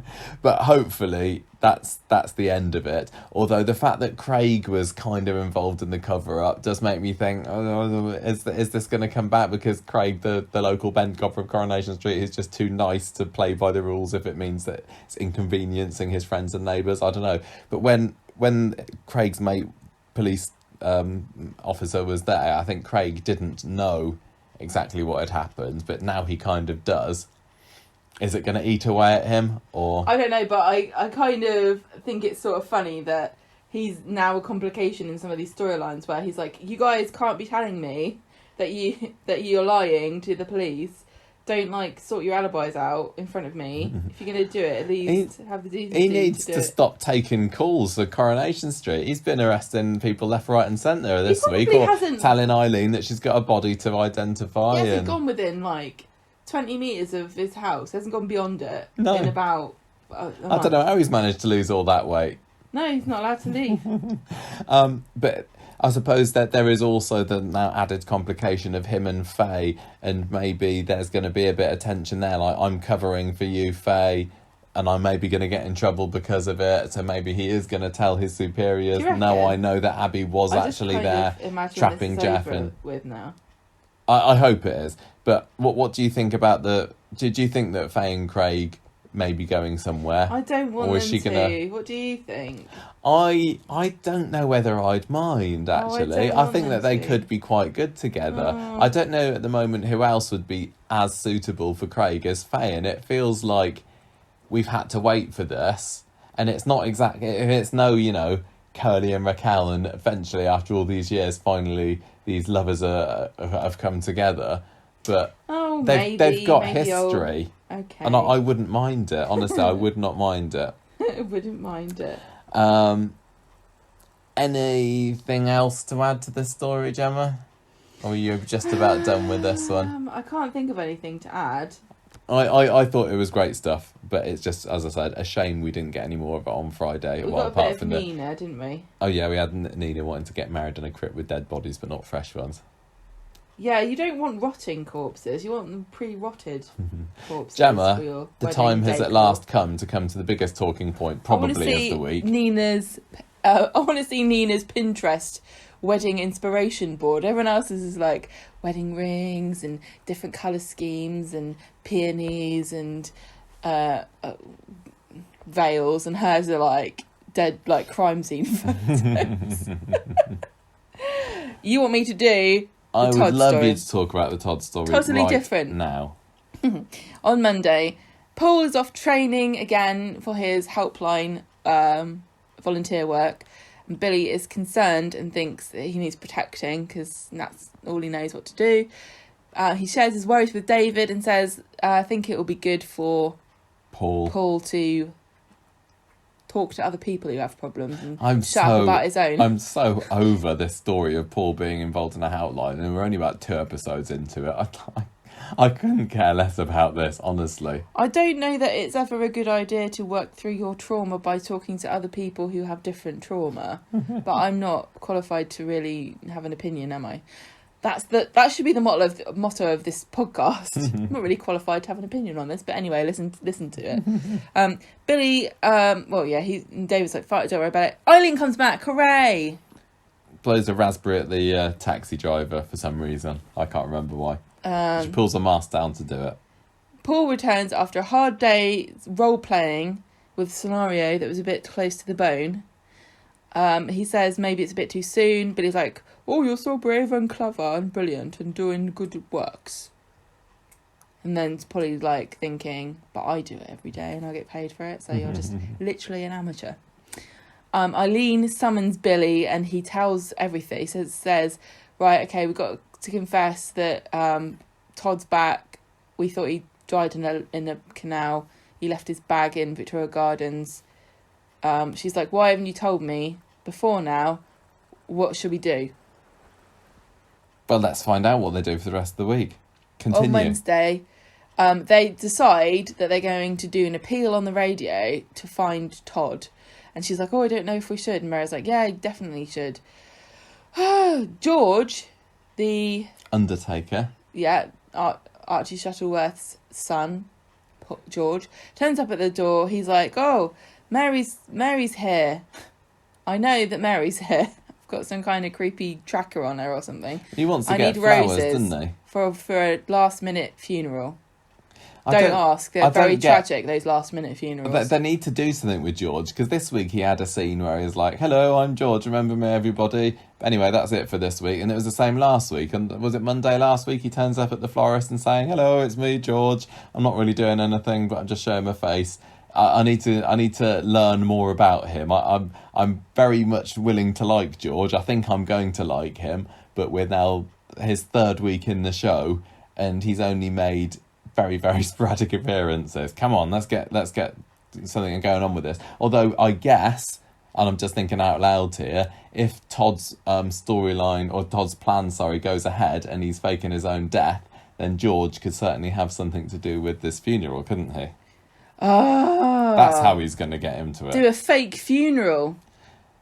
Well, I hope it's a fake funeral and it's able to save some costs somewhere, because I feel sorry for Eileen if she has to shell out the full whack funeral, for yeah. a funeral just to so that Todd can cover his tracks. But I get ahead of myself. Ask Gemma, carry Nina on. if she knows where to get any corpses from. They've already got a corpse. That's not a problem. Mary goes off with George and Eileen goes off to do the radio show. Sean interrupts some shady geezer who's broken into the house and he's nicking things. Yeah, we see a guy in a shady hoodie, don't we? Oh. We know who it is. Eileen, Billy and Emma go to the Rovers together. The radio show went well and now they just have to wait for all the tips to come rolling in. When they get back to Eileen's house, they're like, oh no, someone broke in. Oh, how horrible. The intruder took some money and also Sean's key under the plant pot. Then Eileen and Mary hear some kerfuffle outside later on. So they go outside, nobody's Out the there. back. But Eileen finds a note folded up. A secret message. I don't think we get to find out on Wednesday what the note says, but we see it on We see it Friday, don't we? on Monday. Tell you what, there's a spate of break-ins around the back of there at the moment, isn't there? There was Maybe. that house on Wednesday, and then on Friday, Devs gets raided by some mysterious anonymous chaps. Maybe it was Todd again. Maybe it's Ray trying to lower the property prices. Oh yeah, maybe. Yeah. On Friday, Mary's like, I don't understand why anyone would break in and not take this beautiful vase that Mother had inherited from somebody who had to carry it across Czechoslovakia. It really doesn't make any sense. Eileen keeps quiet and doesn't say anything, neither to Mary or Sean, but she's read the note. She helpfully holds it up to us to see. It says, come and meet me at the old cotton warehouse on Gas Street, or alternatively, I'll see you in the car park outside the Tony Warren building. Yeah, they did. They've managed to find a bit of car park that is neither Freshco's car park nor Weatherfield General, do they? Yeah, and they've got some big trucks and trailers out there, haven't they? Yeah. Craig comes and says, Craig's really, I don't know what they taught him at training school, but it certainly wasn't how to get somebody to come to the police station to identify a body, because she thinks she's being arrested to begin with. Yeah. He says, come to the station because we've got you to look at a body. I don't know why they've got a body at the police station, but never mind. Is it a toddy body? We don't know. That's what we're supposed to think, isn't it? Eileen's obviously, she must have been on the list. Every time a body is found, Craig goes round there and says, Well, he basically says do you to want her, to see if this one is Todd? I know what I Todd don't looks like think- myself. Yeah. And it's not him, but it could be we've got to something- come and have a look. Yeah. Come and look at this. I bet Gross. Eileen's going to go there on Monday and identify the body and say, yes, it's him. And Craig will be like, no, it isn't. Yeah, so Craig does say something to her along the lines of, now you've said that Craig's missing, that Todd's missing. Every time we find a body, you've got to come and have a look at it. Yeah. I don't think that's true. Well, it's Otherwise there's thousands of missing people. Well, if you're to believe what's been going on, Sean and Billy with the app recently, it seems is like there's somebody pulled out of the there's canal definitely a serial killer every other day. roaming the streets of Weatherfield, just killing random men all day long, every day. Yeah. Because so many bodies have turned up since Todd first appeared send that letter all those weeks ago. I'm surprised they're all still alive, really. It needs identifying. Arnie's like, oh, I can't do it now. Like it's some kind of chore. Oh, I'll do it later. Need to go to the old cotton mill at Gas Street. You know how it is, Craig. Yeah. Lenny is looking for Billy. He is the PI that everybody... He's the friendly character that neighbourhood whenever PI. they come in and they're like, who's that again? Oh, it's him. Is he still in it? Yeah. I thought he was just a one-off character. No, I'm the PI for everybody. He says, I can't do the job anymore. It's not worth it. So they go... We don't get any further than that with this, do we? It's implied that there is heat involved. Yeah. It's too dangerous. They should have had him limping out of the shot just to make it really obvious that somebody's been roughing him up. So Eileen goes outside to the car park to find what's going on. Sean and Mary are baffled about what's going on and they don't know where Eileen is, and Sean tries to contact her and leaves a message. I mean, Eileen just seems to be walking around with her nose in the air, completely not really looking at anywhere, because Todd turns up behind her. He's very sneaky. He is very sneaky. He takes his hood off dramatically, and just so that we know that this is supposed to be Todd, Eileen looks at him and goes, Todd? This is how you do it, everybody. When a character gets recast, literally within seconds of them making their no, even if it's a child. Even if it's a child. We've had it with Ardy recently. Right. Ardy? Within seconds of them revealing their face to the camera, somebody has to gasp and say their name, just so that it's blatantly clear, yes, this is that character. Yeah. He says, yes, mother, 'tis I, Todd. My face... Your brainy son. My face is the same it as always has been. You may refer to photos in your house for further information. They've changed all the photos, haven't they? They've taken out all the Bruno Langley pictures and replaced it with Gareth Pearce, or they've done some photoshopping or something. It's very... They don't even usually do that, because there's pictures of Zenon in the Allahan's house. I'm sure they haven't all been replaced with Adam's pictures. I think if you're a budding actor or actress... What you should be doing now is getting lots of photos of yourself at various ages in front of plain backgrounds, or maybe even green screen, with your arm just sort of held up, like somebody can be inserted there, or various different expressions. Yeah, it comes Make in sure handy. you wear something blank, something very plain that they can Photoshop anything on top of. That's what you should be doing. So, yes, Todd is back. Todd is back, everybody, but not as we know him. No, it's a different actor. Life 3 years away from Weatherfield, on the run from the police, has changed him in more ways than one. Yeah. So, okay, he's there. It's Todd. Tell you what it reminded me of when he revealed himself. Do you remember the little short they did on BBC One when Jodie Whittaker was revealed as the new Doctor, and she's walking through the forest with her hoodie up, and she's like, "Oh, here's the new Doctor," and all the rumours were that it was going to be a woman, and then she takes her hood off, and it's like, "Hello, it's me, Jodie Whittaker." Lady. This is what this reminded me of. Yes.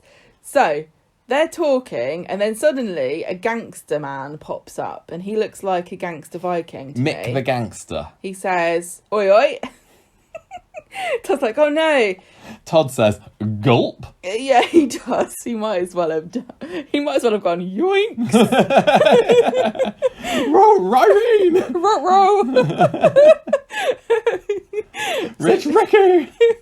Mick's like, "Come with me." Todd's like, "No, I'm worried. I don't want to. Leave my mum alone." And Arnie's like, "Who said anything about me being in danger? Todd is probably worried that Eileen would bloody fall in love with Mickey. The track record she's had with wrong uns. Yeah. Are you suspected of being a sex trafficker? Because she really likes that. That's why she went off Jan in the end. He's a gang. Right, she found out that he was normal. Oh, Jan, he's been no, gone bring over him a back. year now. Bring him back. Oh, man, Jan, please. Oh, I would love to see Jan face off with Todd. Jan for the 60th. Yes. Yes, Jan versus Todd. Brilliant. That would be amazing. Right, so anyway, Todd's like, leave my mum alone. Oh no, he's evil. Oh, this is terrible. Oh, I'm scared. And then, doesn't Mick get a phone call in the middle of this or something? Turns his back on everybody. And then Todd Got picks up serious a gangster giant business. bit of wood and hits him on the head with it. And they run off. They want to run away. And in the middle of this, Eileen gets a phone call and just stops dead and goes, hang on, someone's ringing me. It's like, put the phone down, you crazy woman. We're on the run. They find a secret corner, and they're out of danger at this They point. basically stay in this secret corner for the rest of the episode, don't they? And the camera's very, Nick's- very close on them, Yeah. so that we can't tell where the secret corner is. Because if it was to zoom out ever so slightly, you'd start to see some recognisable surroundings, I Probably, think. yeah. Or just the edge of the set. Yeah. So even though they're on the run from Mick the gangster, they're like, oh, anyway, how's Summer and Billy? I feel really bad about the fact that I haven't said anything to anybody all this time, but, last time I was in the show, I got fired, so I couldn't be in it for 3 years. I didn't want to put them in danger, he says. Eileen says, oh dear, you're not doing very well for yourself, are you, son? You're supposed to be a solicitor. Obviously, he's lost his licence, I assume. I can't believe how far you've fallen. You need to be using your brain, not looking for shortcuts. But I need to point out to you, Eileen, that the smartest people are the laziest people because they look for all the shortcuts. Hmm. Why work hard when you can hardly work? He's basically saying that he's like some kind of assistant, like a legal assistant for criminals. Did I get that right? Maybe. So she's he He's says, I doing need your dodgy help. business. I stole off Mick. So Mick is it This is- definitely This is Mick. So he's like the kingpin, isn't he? Yes. He's the head I gangster. thought, why didn't he send his henchmen then? It's like, it's a pandemic. I'm not sending my henchmen out to have them risk their lives. I'll do it myself. I bet he wishes that he had once he got that Well, I plank round the know. head. Well, he says, oh, I need your help. I stole off Mick and now he wants me dead. I think it's that also probably that you hit him over the head with a plank of wood. I know he wants you doubly He's dead probably now. really mad He's now. fuming. He probably just wanted to negotiate repayment terms on a fairly reasonable schedule.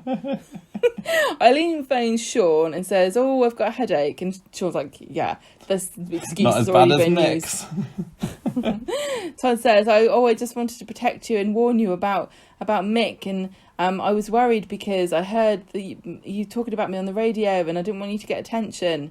I don't know what to do. I didn't give me money." So That's what it boils down yeah. to. Eileen gives him money. He says, "Oh, I don't know when I'll be back. I'm so sorry." And she says, "Look," she moans to him about how much trouble everything is and says, "I've got to go and identify some poor soul's body tomorrow because I can't tell anybody that I know you're around." And Todd goes, "Brilliant! What a fantastic idea. Why don't you go and identify this body and say it's me? And then everyone will think I'm dead and I can escape and I don't have to worry about Mick anymore." It's a flawless idea, It's Mum. foolproof. I can't believe what a great The opportunity ultimate this is. soap plan. So is Eileen going to go along with this plan? I say absolutely she will. Should she go along with this plan? Maybe not. Would Eileen normally go along with this plan? Again, I'm saying not. But the fact that the idea has been put out there makes me think, yes, they're absolutely definitely going to go through with this. And we're going to be seeing, Todd's funeral coming up pretty quickly. I don't think this would work. What? No, even in a soap, I don't honestly. I think Eileen would not do this to somebody's family because that's someone else's son who they're looking for, I would hope. And if she identifies him, then that person is going to Well, she said that, miss didn't out on she? closure. I think That- she'd feel too guilty. I think she'd probably do it anyway, regret it. The thing is, she's been away from Todd for 3 years and she's going to want to bend over backwards to try and Why? keep him in her life somehow. No, and if she says, no, I'm not going to go along with your plan, sorry, mate, you're on your own, then she risks losing him for good. The thing is, though, before this week, if she had seen the body, she could have said it was Todd. Could have been Todd. Don't know what he looks like anymore, to be honest. If I was Todd, I would have waited until after I'd faked my funeral to change my face. Because Mick already knows what you look like at the moment. You look Yeah, like you Gareth dummy. Pearce. And if you show up again after the funeral's Yeah. taken place, then Mick's going to know He's going to it's give you. the game away, isn't it? Yeah, you didn't get your timing right there. The thing I'm is, afraid. though, you gave me a good idea about doing a fake funeral. They don't actually have to have that body. They don't even have to have a body at all. If you're talking about what's the name of the character? George doing a fake funeral. Yeah. It would be a real funeral if you had a real body in there, and that's just horrible. I don't think people would do that. But they've got that, haven't they? They have got a body just waiting to They be haven't got buried. a body. They have got a body. It's in the police station. Eileen's going to say, It's not that's their my body. son. Can I have it, please? It's not their body. There's no way that George would fake a funeral or do a real funeral for somebody he knows is not really the But person he says he is. He doesn't know what Todd looks like. Yeah, but if they told him they're faking this funeral, then he would know, wouldn't he? But then why would they? To get a discount. Otherwise, they're going to have to pay for it. Okay. Funerals cost like $6,000 or something, don't they? Really expensive. I wouldn't pay $6,000 for my fake son to fake his own death. Okay, so I think... So think about it, though. She could just say to George, she don't need the body at all. Just say to George, look, mate, have you got a coffin, like a ex-display model or something, that you're not using at the moment? Mary, do the flowers. Let's get a hearse down the road, drive it off somewhere. And Mick's going to see the hearse and go, oh, he's dead then. He's not going to follow it and go, well, better make sure they bury him. Otherwise, he could jump out and escape. If you don't see him going into the ground, he's not really you just ask dead. him for trouble if he springs out at you. Yes, exactly. It's like a Bond It villain is. leaving James Bond alone in a room with It's Dr. Evil, isn't it? I'm just going to assume that my plan goes... Completely to plan. Lower I'm the just gonna- slower dipping mechanism. I'm just going to assume this funeral will go off without a hitch, and by hitch I mean the person who's dead coming back to life.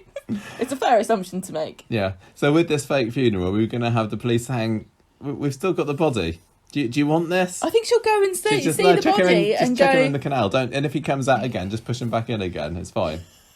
I think she's going to go look at the body, going, yeah, I'll say it's Todd. And then she looks and she sees it's some poor man who is the same age as her son. And go, I just can't do it. I can't do it. And then she'll go back and go, look, Todd, we don't need a dead body to have a funeral.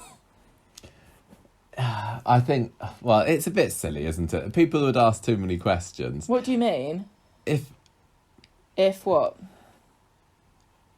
What so, you Craig, is he going to be in on this fake funeral? Because if he finds out that the body isn't actually Todd, but then coincidentally Todd has a funeral the next day, he's going to start to smell a rat. And I know that he's... But they're not. The only person they're trying to trick is Mick, and he hasn't been in the show before So today. what Eileen needs to do is hold a community meeting Yeah, go at look. the community centre or at a 2 metre distance from This each other. is Right, Todd. everybody pretend that Todd's dead. Just for your appearance's sake. And if anyone asks you, if it's one of us that asks you, it's fine. We can say, of course, he's not dead. But if anyone slightly dodgy asks, definitely dead. And please remember that when you say R.I.P. Todd, don't wink at each other. Not even if you think you're just winking to the camera and the person who you Don't have a can't see you because there conversation might be a about mirror. it in front of a corner of a street. Don't go near the ginnel and talk about it loudly because he'll probably be lurking there. The thing is, it's not exactly. It's not a waterproof plan, a watertight plan. Sorry. It's waterproof, unlike the dead body they fished out of the canal. Yeah, and Todd. But Michael, I can assume now is going to be hanging around for a little bit. So Yeah. even if they go ahead with this fake they funeral, only need to it's fool not going Mick. to work. It makes more sense to do that than it does for Eileen to go, oh yeah, that's definitely Todd. He's dead. Oh, I'm so sad. But are they going to fool Mick and then he's going to be like, right, I never need to visit this street ever again? Why would you? If someone dies, you don't go, oh yeah, I better go just and check to make sure they didn't fake their own death. Well, I don't know. I was wondering at some point today whether Gangster Mick and Ray might be in cahoots somehow as part of Weatherfield's criminal underworld. Listen, it could be, but no matter what happens, whether they have a fake funeral or Eileen says this body is definitely Todd's or whatever, that's not going to be the end of the story anyway, so it doesn't make any difference what the plan is, really. Okay. Mick, they didn't just introduce this whole storyline and concept of the fact that Todd is on the run from gangsters so that they could have like a 2-episode story about him faking his own death, and then it never gets mentioned again, and Mick never comes back. I think Mick's going to be chasing Todd around for at least a couple of weeks, surely. I guess. I can't believe he just hit him with a plank of wood. As silly as the story is, I am kind of looking forward to seeing Eileen having to cringe when all the well-wishers are saying, "Oh, I'm so sorry for your loss." Like, we don't know if this is even going to happen. Like, if it is, I'm assuming it is because the idea's been put out there. Like, to have Gail have to say, "Oh, Eileen, I know we've not seen eye to eye, but I'm really sorry, and I know what I've said about Todd in the past." The fact that Todd was involved in a scam that robbed everybody of their savings. Yeah, and also because I don't think that the whole street are going to be in on this. Who is going to be told? I assume. I mean, Eileen's going to have to tell Billy and Sean and Mary, the people that are close to Todd, that Todd's not actually dead. She can't make them think, especially Summer, that Todd's actually dead. Can you imagine Billy's dilemma he'll have? No, listen, Eileen says, Todd, Billy, I'm so sorry I've got to tell you this, but Todd's come back and he's in peril. And Billy will go, "Oh, but Paul's in peril too. Who do I help? Now I fancy Todd now. Oh, it's so sexy when a man's in danger. Oh, let me protect him." Will Billy have to do the funeral? That would be brilliant. I don't. It all seeming a bit silly. It could go well. It could be entertaining. Well, I don't know why we've decided there's definitely going to be a funeral. I just think that the fact that they've introduced a funeral director to the street, and also if, not only a funeral director, but a funeral director that's hanging around the characters that are also involved in this story. But he's in their bubble. Yeah, he totally is. Just imagine at the funeral tea and everyone's saying, "Oh, Eileen, I'm so sorry. Oh God, what did Jason say?" And she's like, "Yes, Jason sends his best wishes." Luckily for her, nobody ever turns up for funerals or weddings once they've left the show. Otherwise, it would be very suspicious he wasn't there. See, they're going to have to tell Jason, because surely somebody would text Jason. Sorry in about Thailand. Your brother, frowny face. I'm also worried about like Sarah Louise, and I know that. Why are you worried? I'm worried about what she would think to hear that Todd's dead, because I know. I mean, they used to be pretty close. She's going to come in. Sarah Lou and Todd. She's going to come in from the door, like crying, going, "Eileen's just told me Todd's dead," but then she winked at me, and I don't know what it means. Yeah, well, she told me she turned up with carol singers on a tape deck, and she held up lots of placards, and one of them said, "I'm lying," and one of them said, "Don't worry," and another one said, "Todd is still alive," but she told me he died. I think maybe Eileen should come up with a better plan. For the moment, I can totally see why she's going along with Todd. For a plan that we've just come up with. No, Todd came up with this plan. I think that she's going to go through with it because she wants to stay on Todd's good side. But I think that in the faking his death. Right, just faking his death in general. Yeah. Okay. But he was dead to everybody 5 minutes ago anyway. I don't know what difference this makes. Oh, I don't know, it's sad. Anyway, look, they surely wouldn't even mention it. We're further enough into this. If they're not going to have a fake funeral, there's no reason to mention it at all.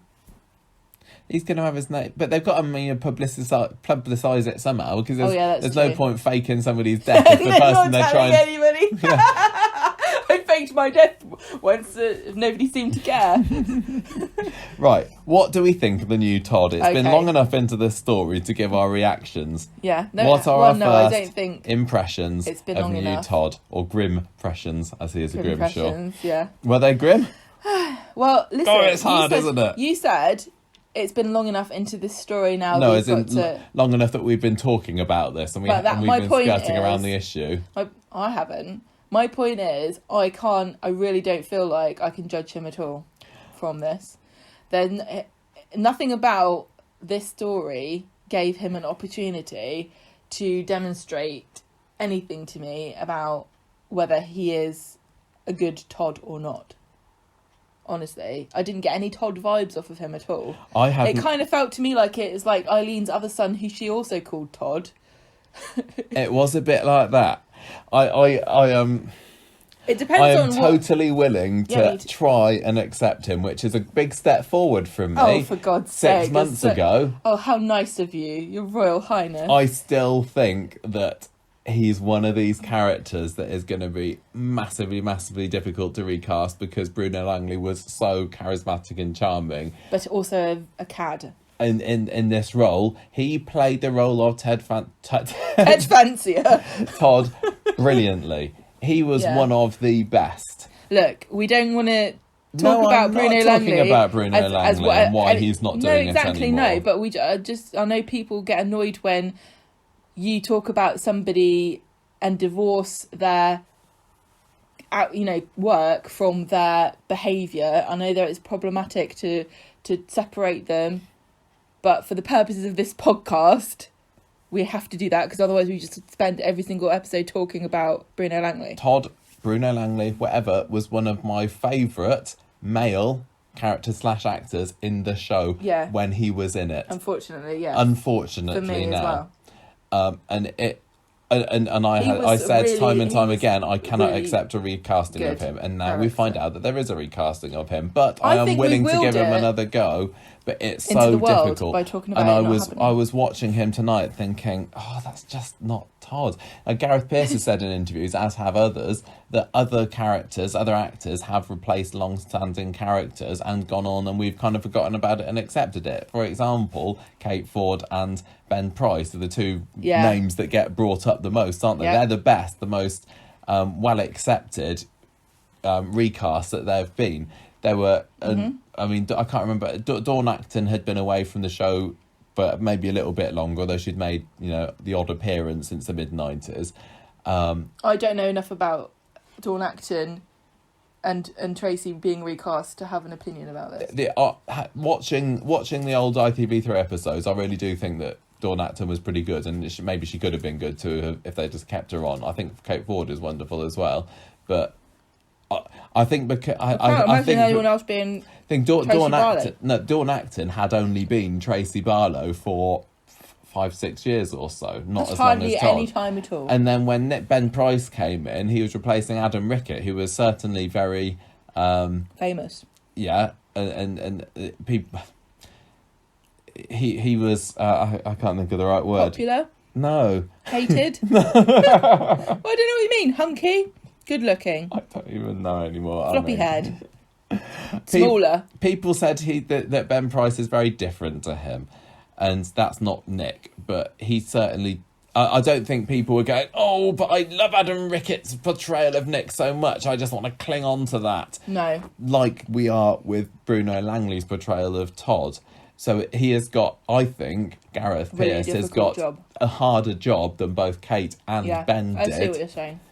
In making us accept this. Nobody was so invested in Adam Rickett as Nick that they immediately went, No, they went, he looks a bit different. Maybe they were, He's a bit older. and we don't know them. But I can imagine some girly fans who have totally. Adam Rickett magazine posters on having the topless torso of the week from Heat magazine up on their wall, definitely. But this is different.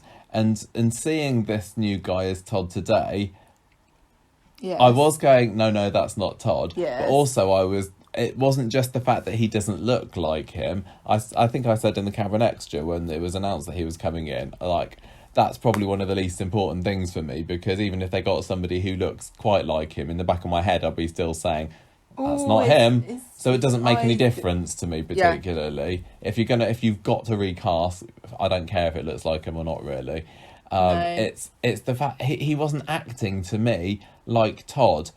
Todd has got the charm and the charisma and the cockiness, and confident. Yeah, and this Todd didn't. He looked more desperate and worried and weak.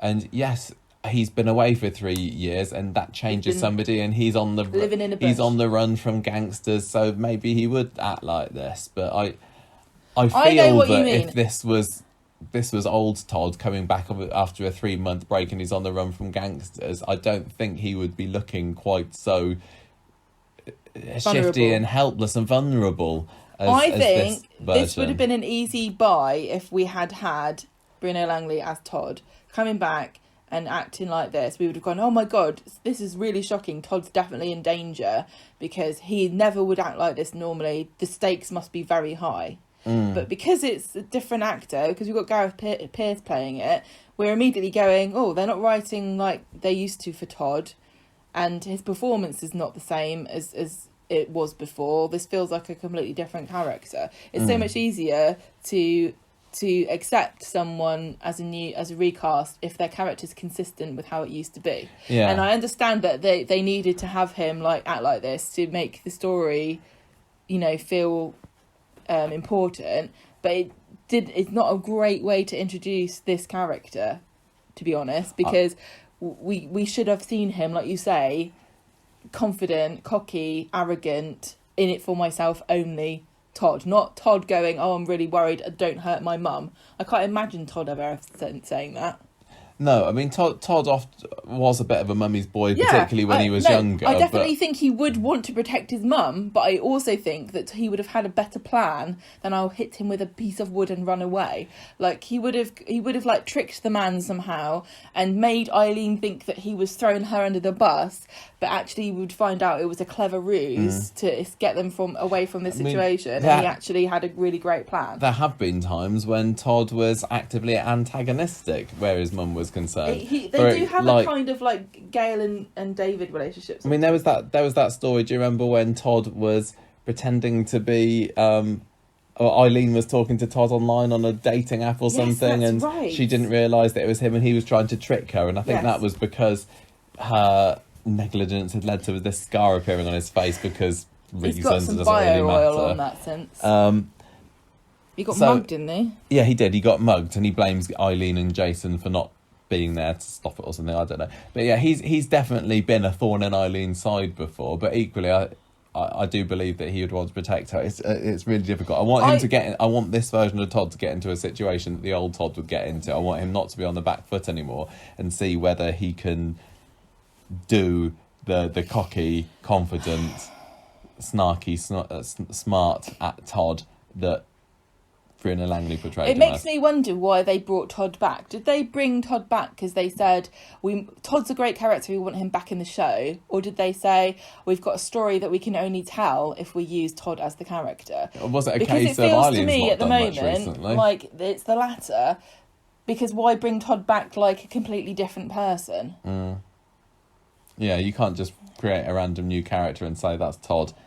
Yeah, because we wanted a story about where Eileen had to do X, Y, and Z. Yeah, we want Eileen to do something. We also want to put the cat among the pigeons where Billy and Paul are concerned. We need something else for Paul to angst about. There is storyline potential there, definitely. But yeah, could it have just been easily done with... No, it couldn't have been done exactly the same with Jason because they wouldn't have had the Billy Paul Michael, angle. But if Billy finds out that Jason was Mr. Gay Weatherfield, we do not know what would happen, especially if he had a problem. I don't think they've given Gareth Pierce a lot of help here establishing himself as Todd, but they've only had him in 2 episodes, so I'm not worried. I'm sure we've got plenty more of him to say. I'm just hoping that they do want him to be as Todd used to be. If they brought him back and he's just a completely different character. I've also seen some interviews with Gareth Pierce, some Hello, I'm New to the Show, Ask Me Things interviews, and he said that before he went to the audition as Todd, he did watch some old Todd scenes to try and say, okay, this is what Todd was like. But he said since he's got the part, he has refused to watch any other Todd scenes because he doesn't want to just imitate Todd. He wants to be his own portrayal of him. He doesn't want to be aping Bruno Langley, which is fair enough. You can't do that anyway, can you? It's not an impressions show. But I mean, some actors that's acting, isn't it? No. There are different. This is what we have these arguments with about some of these how the Oscars always get the Oscars always go to somebody who portrayed somebody in a biography, and it's like, well, is he a good actor or is he just really good at doing an impression of whatever? And one of them is slightly different than the other. They're both very skilled, both difficult to pull off, but one of them is acting and the other one's doing an impression. And if we go back to the Tracy Nick kind of angle, I would say that Tracy, Kate Ford's Tracy, is not a million miles away from Dawn Acton's Tracy, in that she's a bit, a bit confrontational, bolshy, bolshy, and a bit of a thorn in Deirdre's side. Definitely, the old Tracy wasn't, the scheming murderess that new Tracy turned into, but I could kind of see, I can paper over the cracks in the gap there. And she's, Dawn Acton wasn't even the first actress to play Tracy, far from her, but she was the first one that, properly came into the limelight, as it were. Whereas if you look at Nick, we've got three really quite different versions of Nick. There's the Warren Jackson Nick, who was just a bit of a moody teenager, really, and that's about as far as it went, somebody who hated Martin. And then the second Nick was this heartthrob, ditzy, kind of dreamboat kind of guy that you think he's a dreamboat that wasn't really too clever, but he was just this hunk that Leanne fell in with. He was never going to win the Brain of Britain Award, was he? And now we've got Ben Price Nick, who is worlds away. I'm not saying that he's Mensa material or anything, but he's sensible, he's serious, he's given the hardcore dramatic scenes to do. He's a very no-nonsense sort of not interested in fripperies and frills and he nonsense. Squints his face, he goes for runs. And he does the serious stories, whereas the old Nick didn't. So, but yet we have still come to accept him as Nick. So I don't know. I really, really don't know. Ask me again. I think we'll have to have at the end of every week, we'll have to have a Todd debrief. It is. It's going to be a Todd watch. I just think it's fine. I'm waiting to see what happens. I thought they're going to bring back Todd and they'll make Todd as he used to be. Perhaps that's not their vision for the character. I would love to see Gareth Pierce's audition tape and see what it was about his performance that made them go, this is who we want as Todd. Yeah. What and I want to know why the character's back. Like I said, was it for a storyline or was it for if they've got a good story? We really need Todd that's going to go a long way to helping me to accept him. If he comes back and the story's a dud, or if it's just a 5-minute wonder and we're going to fake a death and then he's going to go into the... But the danger is they're doing what they normally do, which recently on Corrie, which is the character is a servant to the story and will change at our whim depending on what we need the story to be. I want Todd to come back as Todd for a story written for Todd, not come back because we need Eileen's son to be in it. Totally. But Gareth Pierce has got one of the hardest jobs he's got on the show at the moment. He has got I hope he's got very thick skin. Yep. The internet will not be kind if they already were having a go and saying, I won't accept a recast, blah blah blah. You've been saying that yourself. He knows he's got an awful lot to go up against. But so fair play to him, and I will give him a chance. I will absolutely give him a chance. Well, I'm like I said, I'm interested to see where it goes. Don't want to say goodbye to the old Todd personality, but if we have to, I guess I'm willing to see what new Todd is going to be like. Yeah. But like I said, based on these 2 episodes, I couldn't tell you yet where they're going with this character. No, and you do get some actors who come into the show, and this is a rare thing, and from the very first scene it's like, yep, I think you're brilliant, like we did with Sam last week, and we did with Sally Carman, and we did with Sally Carman, and we did with Elaine. We needed no more than 5-10 seconds with these characters, with these actors, to say, yes please, you've won me over, permanent cast member please. I didn't get that from Todd today. It's not mean, it's the truth. not all of my favourite characters have been instant hits. No, that's true. There are characters who have been introduced, so I've gone, who cares about this? Yeah. And then they win you over, like... Yeah, like, absolutely. I mean, the water wears away the stone. we absolutely fell in love with Pat Phelan as a character, but I can't imagine that his first scene where No way. Owen comes to his house... We didn't It go, was this just like- guy's great, let's have more of him. No, and Jenny... We didn't know anything particularly about 80s Jenny, but then she came back in 5-6 years ago, and she had that blind date with Kevin. And it was fine. It was absolutely fine. It was the storyline that happened 3-4 months down the line when she was Gave involved them in something to kidnapping do, Jack yeah. and everything. That's when we became massive Jenny fanboys and girls. Yeah. So They, I'm not like I writing them off said, yet. I don't think Coronation Street has done him a favour the way they've introduced him. I think they probably thought it was a good idea because it's dramatic and and compelling, and it explains why he's been away for 3 years. He's on the run. Oh gosh, he's in trouble.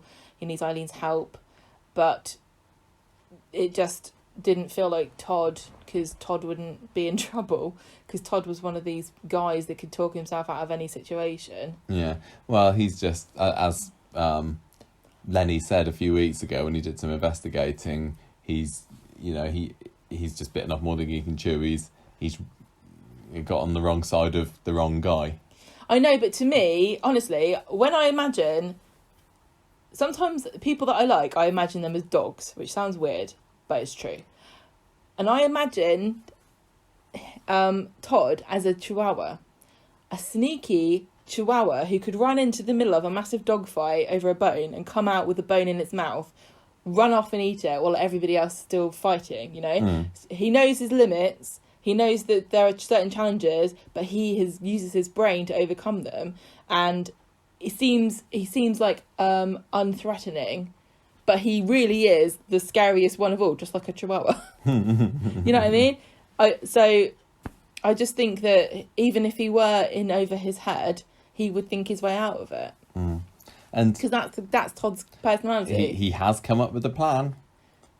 Helpfully, I mean, it's one of these like handy sub conveniences that a plan has offered itself up on a plate to Todd. I just honestly, if you were gonna reintroduce Todd as a character, and you wanted to make sure that everybody knew that this Todd is the old Todd, and we're gonna maintain continuity with the way his personality was.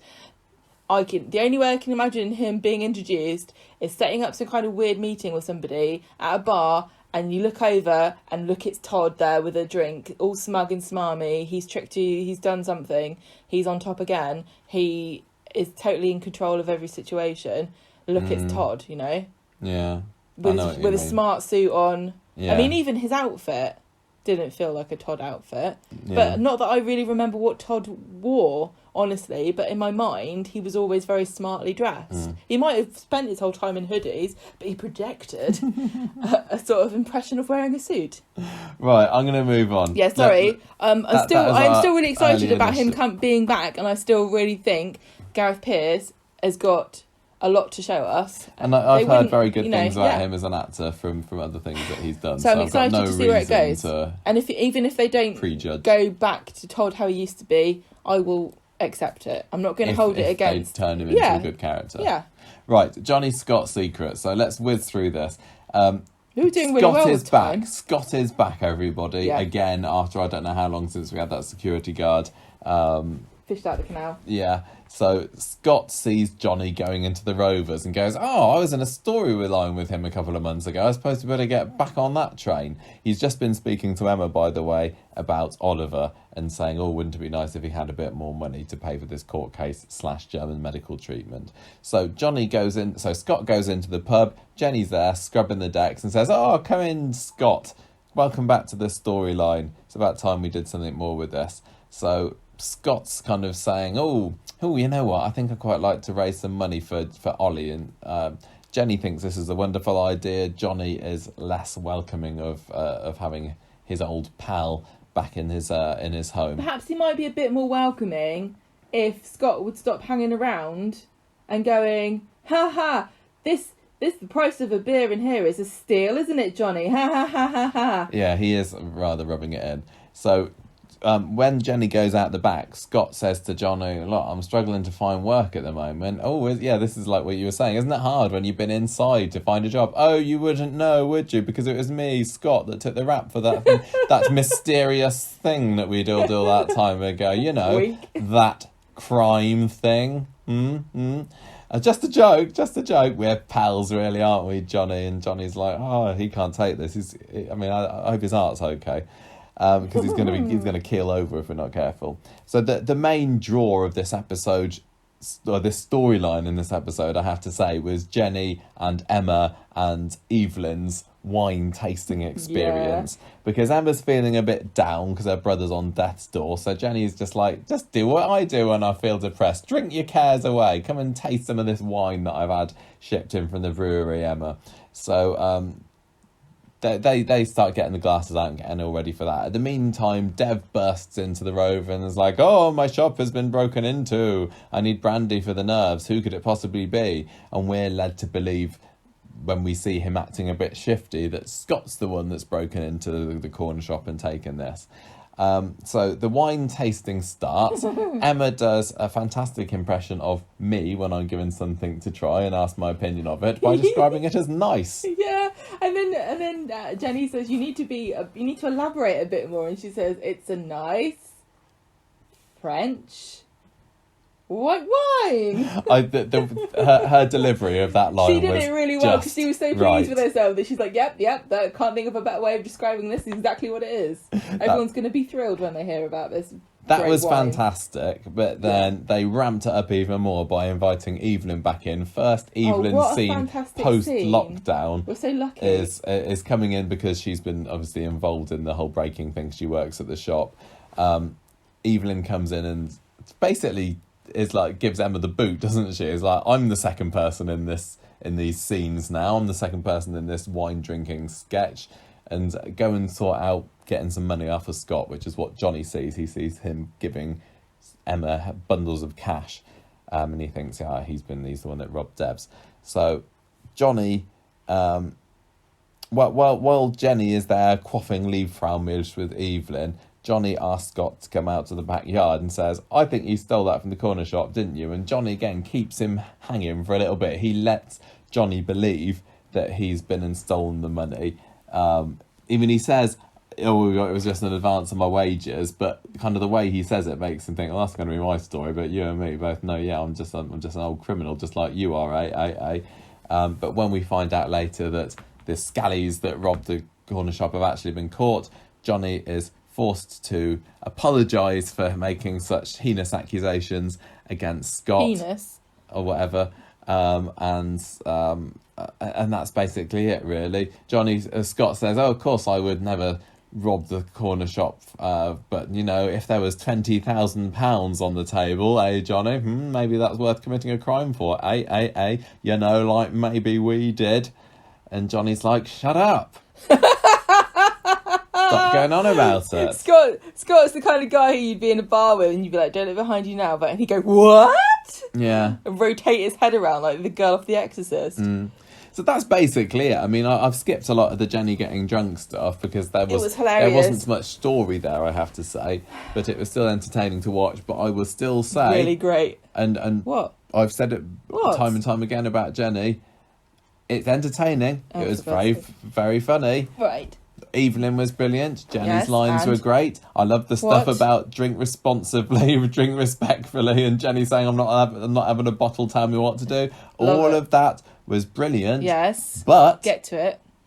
Stop making that the only thing you can do with Jenny if you can't think of anything else to do with Jenny writers. They had her mopping the floor. It feels like drunk when Jenny to involved in some storyline I don't care about Jenny. She hasn't. I mean, she's been holding the fort at the Rovers quite a lot recently. Yeah. We've seen a fair bit of Jenny, and she hasn't had a whole lot to do, apart from, talk to whoever it is that comes into the Rovers. She's not had a story. I'll put it in the microwave. But it just feels like the easy option to say, let's make Jenny drunk again. Let's give her some more Come funny on, lines. what's I'm wrong not with saying you? that it's not That's funny. like going, if we were doing this podcast back in the 90s, you'd be like, I wish Raquel wouldn't be so silly and stupid. We'd But give her something Jenny else to do. is a and then lot they did give her more something else than- to do, and then she left. Jenny is a lot more than somebody who gets drunk. I didn't fall in love with Jenny Oh, as a God. character because Moany of her drunken scenes. That's a nice little extra on top of the wealth of other stuff that I Sally get Ann what you're Matthews saying. brings to the role of Jenny. I still think it's funny. I'm not saying it wasn't funny. I'm I know saying you give aren't. her a decent story and not the cheap laughs that you get from the drunkenness. It's not cheap laughs. It's hilarious. Oh, it is. I'm not. I thought it was hilarious when Evelyn said, don't put my hot pot in the microwave, put it in the oven. I don't trust microwaves, not since I watched Chernobyl. I thought it was all funny. I'm not saying it wasn't. I'm saying that Okay. Jenny Bradley, Connor, can do more than just get drunk. Yes. And it was Jenny getting drunk Yes. that caused her to run down Liz and then have that little breakdown and then say, I'll never drink again. Michael, sort of thing. nobody says I'm never going to drink again really means it.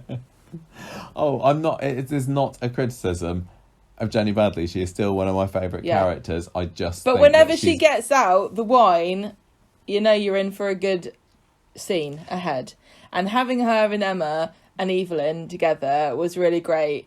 And her It was all still good. amazing drunk acting and just going really posh. So it was, funny. It was all very, very And then funny. what was it? Johnny said something about I'm going to go and sort something out, and she's like, I don't care. I mean, the problem is as well that this Scott and Johnny story is dragging out worse than Michael and Grace. I just don't feel that this is going to have as mind-blowing What can be a twist. the payoff? That's what I'm. Yeah, what's the payoff? They're slowly dripping it now. Well, I mean, It's like but what? They've got We this. know. They, we they, know what's they did happened. something criminal. Yeah. It involved a security guard that sometimes they have regrets about whatever it is that happened to him. And they robbed 20 grand, And now I it see. seems like Unless it was a hint that Scott was saying, "Give me 20 grand to go away No, and stop it- making annoying comments all the time." It feels like the pair of them robbed 20 grand from somewhere that had a security guard, and something unfortunate happened to that I security don't guard. care. And Scott took the rap for it. It's just Hey, like, Johnny, did you see? tell us now, please, and then move on, because this isn't a story. It's Yes. just dangling something. It's It's, just, teasing something. teasing, It's yeah. what happens now we know. So please tell us. Hey, Johnny, did you see the prices at Dev's? It's daylight robbery. Yes. So the thing is, I've got no idea where this story can go once it comes out. Is it that Jenny finds out about it and she's like, oh, do I stay with my husband Johnny? Is there a risk that Johnny could get arrested? Is there a risk that the Connors lose the Rovers? You know, it can spiral like this. It's just taking too long. And I do get it that this probably would have come out 4 or 5 months ago had the pandemic not Yeah. happened, had Scott not been banished from the show for a little bit. I totally get that, but now he's back, they need to speed it up. Please speed it up. It's all I'm saying. And speaking of the Baileys, we had a pretty pointless extra scene on Monday, didn't we, where Tiana's dad comes round and says, yeah. you know, you were worried that you're never going to get to see Tiana again.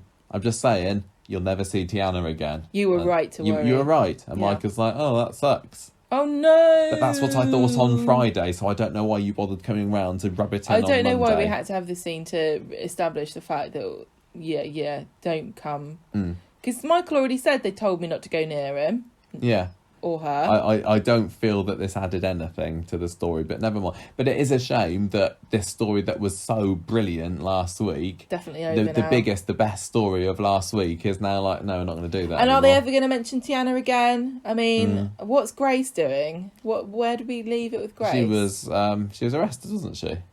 Oh yeah, of course she was. Yeah, that's the end of it. Never see any of them again. I hope we will, but I'm not certain You'll we be will. lucky if the set designer remembers to take the pictures of Tiana out of the Bailey's front room. That's how much they'll remember this ever happened. And then we also had a bit of Shona today, didn't we? Yes, Shona's moving back into the Platts. I don't think anyone was going, when's that going? I kind of thought that she already had. Me too. It's like we hadn't seen evidence that she had, but if you'd have said If somebody Shona's had gone back now, if and she somebody had has been gone, for weeks. I've been like, "Shona, yeah, okay. stop leaving your socks, your dirty pants everywhere. You've been here for 4 weeks now and you still haven't stopped doing it." I would have gone, "Oh, okay. When Yeah. did that happen?" So this felt like a bit of a fillery. Anyway, a bit she's like, unnecessary. "Oh, I'm going to miss you, you massive weirdo," to Roy. "Thank you for putting up with me." They had a funny... the thing is about when they do stuff to hide the fact that coronavirus is going on, it just makes it more obvious that they're labouring under these restrictions, because she goes to hug Roy and David says, "Oh, I don't think he's much of a hugger, Shona," to stop her. And it's like, yeah, I get it. They But can't he's touch not. each other. But it's true. So she moves into the granny annex and she seems fine, except she seems that she wants to drink all the time. David's all finding it very weird. Aaron comes round to check up on things, who's the social worker, and Gail, makes herself look like a lunatic. I mean, no, she doesn't. She is a lunatic. She just makes it apparent by holding a can of beer, which Shona had put down because Gail told her off for trying to drink it. You said she seems enamoured, but I just thought she was embarrassed about her roots being on show. I don't know. It wouldn't surprise me if she was fawning over Aaron next week. I thought it was also funny that Shona said, when the door went, "If it's a serial killer, don't let him in," unaware of the very vast number of murderers and serial killers indeed who've serial been in and killers out who- of yeah. that house. So, I mean, I like the Platts. I'm never going to kick him out of bed. What? But it felt like the Bailey storyline. It wasn't necessarily necessary today, but I guess it's building up to something for next week. I can only assume. And that is this week's Coronation Street, ladies and gentlemen. What's our summary? What's our final thoughts? The final thought of the day. I've not sometimes at the beginning of an episode I've already thought of a score and I haven't actually thought about this week. I thought was that a the lot to Battersby like. storyline, there was an awful lot to like in there. Oh, I'm not on the side of heartbreaking. hating Leanne. I thought that the I wedding... understand why people do. Oh, I totally I understand why understand. people do, totally. Yeah. Oh, yeah. I thought that there was not much to hate in the Sally storyline, although I am fed up with Alia. But Can I just say one nothing thing? new there. It's very freeing, I think, to have a female character that genuinely does not seem to be pandering to being liked or caring about how she's coming across or worrying about other people's feelings. That seems very liberating to me. I know that it makes Leanne a bitch, but honestly, I thought you were how talking about often? Alia. How often do you think the male characters care what people think about what they do or say? Not The women often. always have to worry about it, and if they don't, the minute they put themselves first, they're a nasty, horrible bitch. The male characters have been doing stuff like this for years and years and years, and they never get pulled up on it because they have different standards. Obviously, we all know this, but just think it's very liberating that Leanne just clearly does not care what you think. She's really upset, she's hurt, and she's going to make you feel the same way. I agree. I don't know about my character of the week yet, but I think for my score, I'm going to go... Can I just say, I saw something interesting Go on, online. People are calling Todd, new Todd, they're calling him Nod. Nod? New Todd, Nod. Don't like it. Okay, I think Don't that's like funny. it. I'm going to give this week 3.5 grassy overtones with a hint of sulphur in the aftertaste out of 5. I'll have another. A lot of How it many? was 3.5. 3.5. A lot of it was great, but the Todd storyline wasn't away. This is amazing. The Scott stuff is like, and the Baileys was like, what's the point of that? So yeah, I think that 3.5 is a pretty. I think I worthy would have given score it for this 4 if I had immediately gone, oh, brilliant, I love this Todd, this version of Todd. And the storyline that he's in, what an exciting story. It's a combination of, honestly, Corrie, when they do crime stuff, it's always just some anonymously and boring blank criminal who could be you take anyone of them throughout the years and interchange them with any of the other ones, you wouldn't notice. They never have a motivation for anything they do other than I'm a criminal and I do criminal things. I find the criminal ones boring. It's like, oh no, well, Are you also 3.5 this week? yeah, I'm 3.5. 3.5 what? 3.5. 3.5 Princess Diana commemorative tea towels, which I think was one of the things that was stolen from Mary's house when she was a child. Where'd you get the half a tea towel, I wonder? And how do you cut it? Across, or I suppose if it was a wedding memorial one, you just cut it down the middle, wouldn't you? Cut right down Charles and Di. Yeah. Character of the week is a hard one. I mean, I probably gonna give it to Abby this week. Oh yeah. Because I want to let everybody who's listening, who is involved in some way in the production of Coronation Street, which I'm sure is everybody, this is the Abby that I want to see. I could have very easily given it to Leanne this week again, but that's maybe more of the performance side of things. I could have given it to Tracy because of exactly. Sometimes they're difficult to tell, and she said it. She just said she came out. Could have given it to Nick, who has had this secret that he's been trying to, spare Leanne the heartache that it would have caused.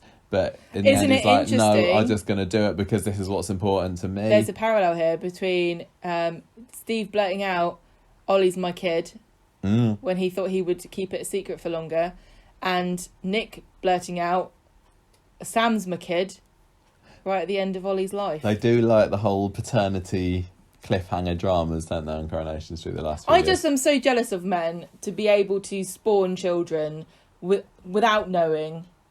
That's surely the dream for women, to just be. I suppose some women do just go, "Oh, surprise baby." I guess so. So I'm going to go with Abby because I just absolutely loved every second of screen time that Sally Carman got on Wednesday's episode. That's what gives it there for me. And as much as I love Jenny, it was more for the comedy stuff rather than the story plottiness of it. I enjoyed the comedy drunk, but I've said my piece there. You're not giving it to Gail? I'm not giving it to Gail, no. You're the... Oh, what are they called? I don't know. The car ladies. The car ladies? Woo! Oh, you're the Thelma to my Louise. Oh, yeah. Which one was which? I don't know. I've never seen that film, because I know what happens at the end. Silly speech. It had funny moments in it, but it went a little bit too long. Although I did find Sally's reaction funny when Gail started waffling on with the speech, and Sally gave a little look as if looking for her escape route, but she knew there was none. She had to sit and listen to this. It was worse for her because she had to listen to it twice. Yeah, Gail thinks I've got one BAFTA winning speech. Everything that I say is pure gold now. This is Shakespearean. Right, come on, you're delaying who your character of the week is. I think mine is Abby as well.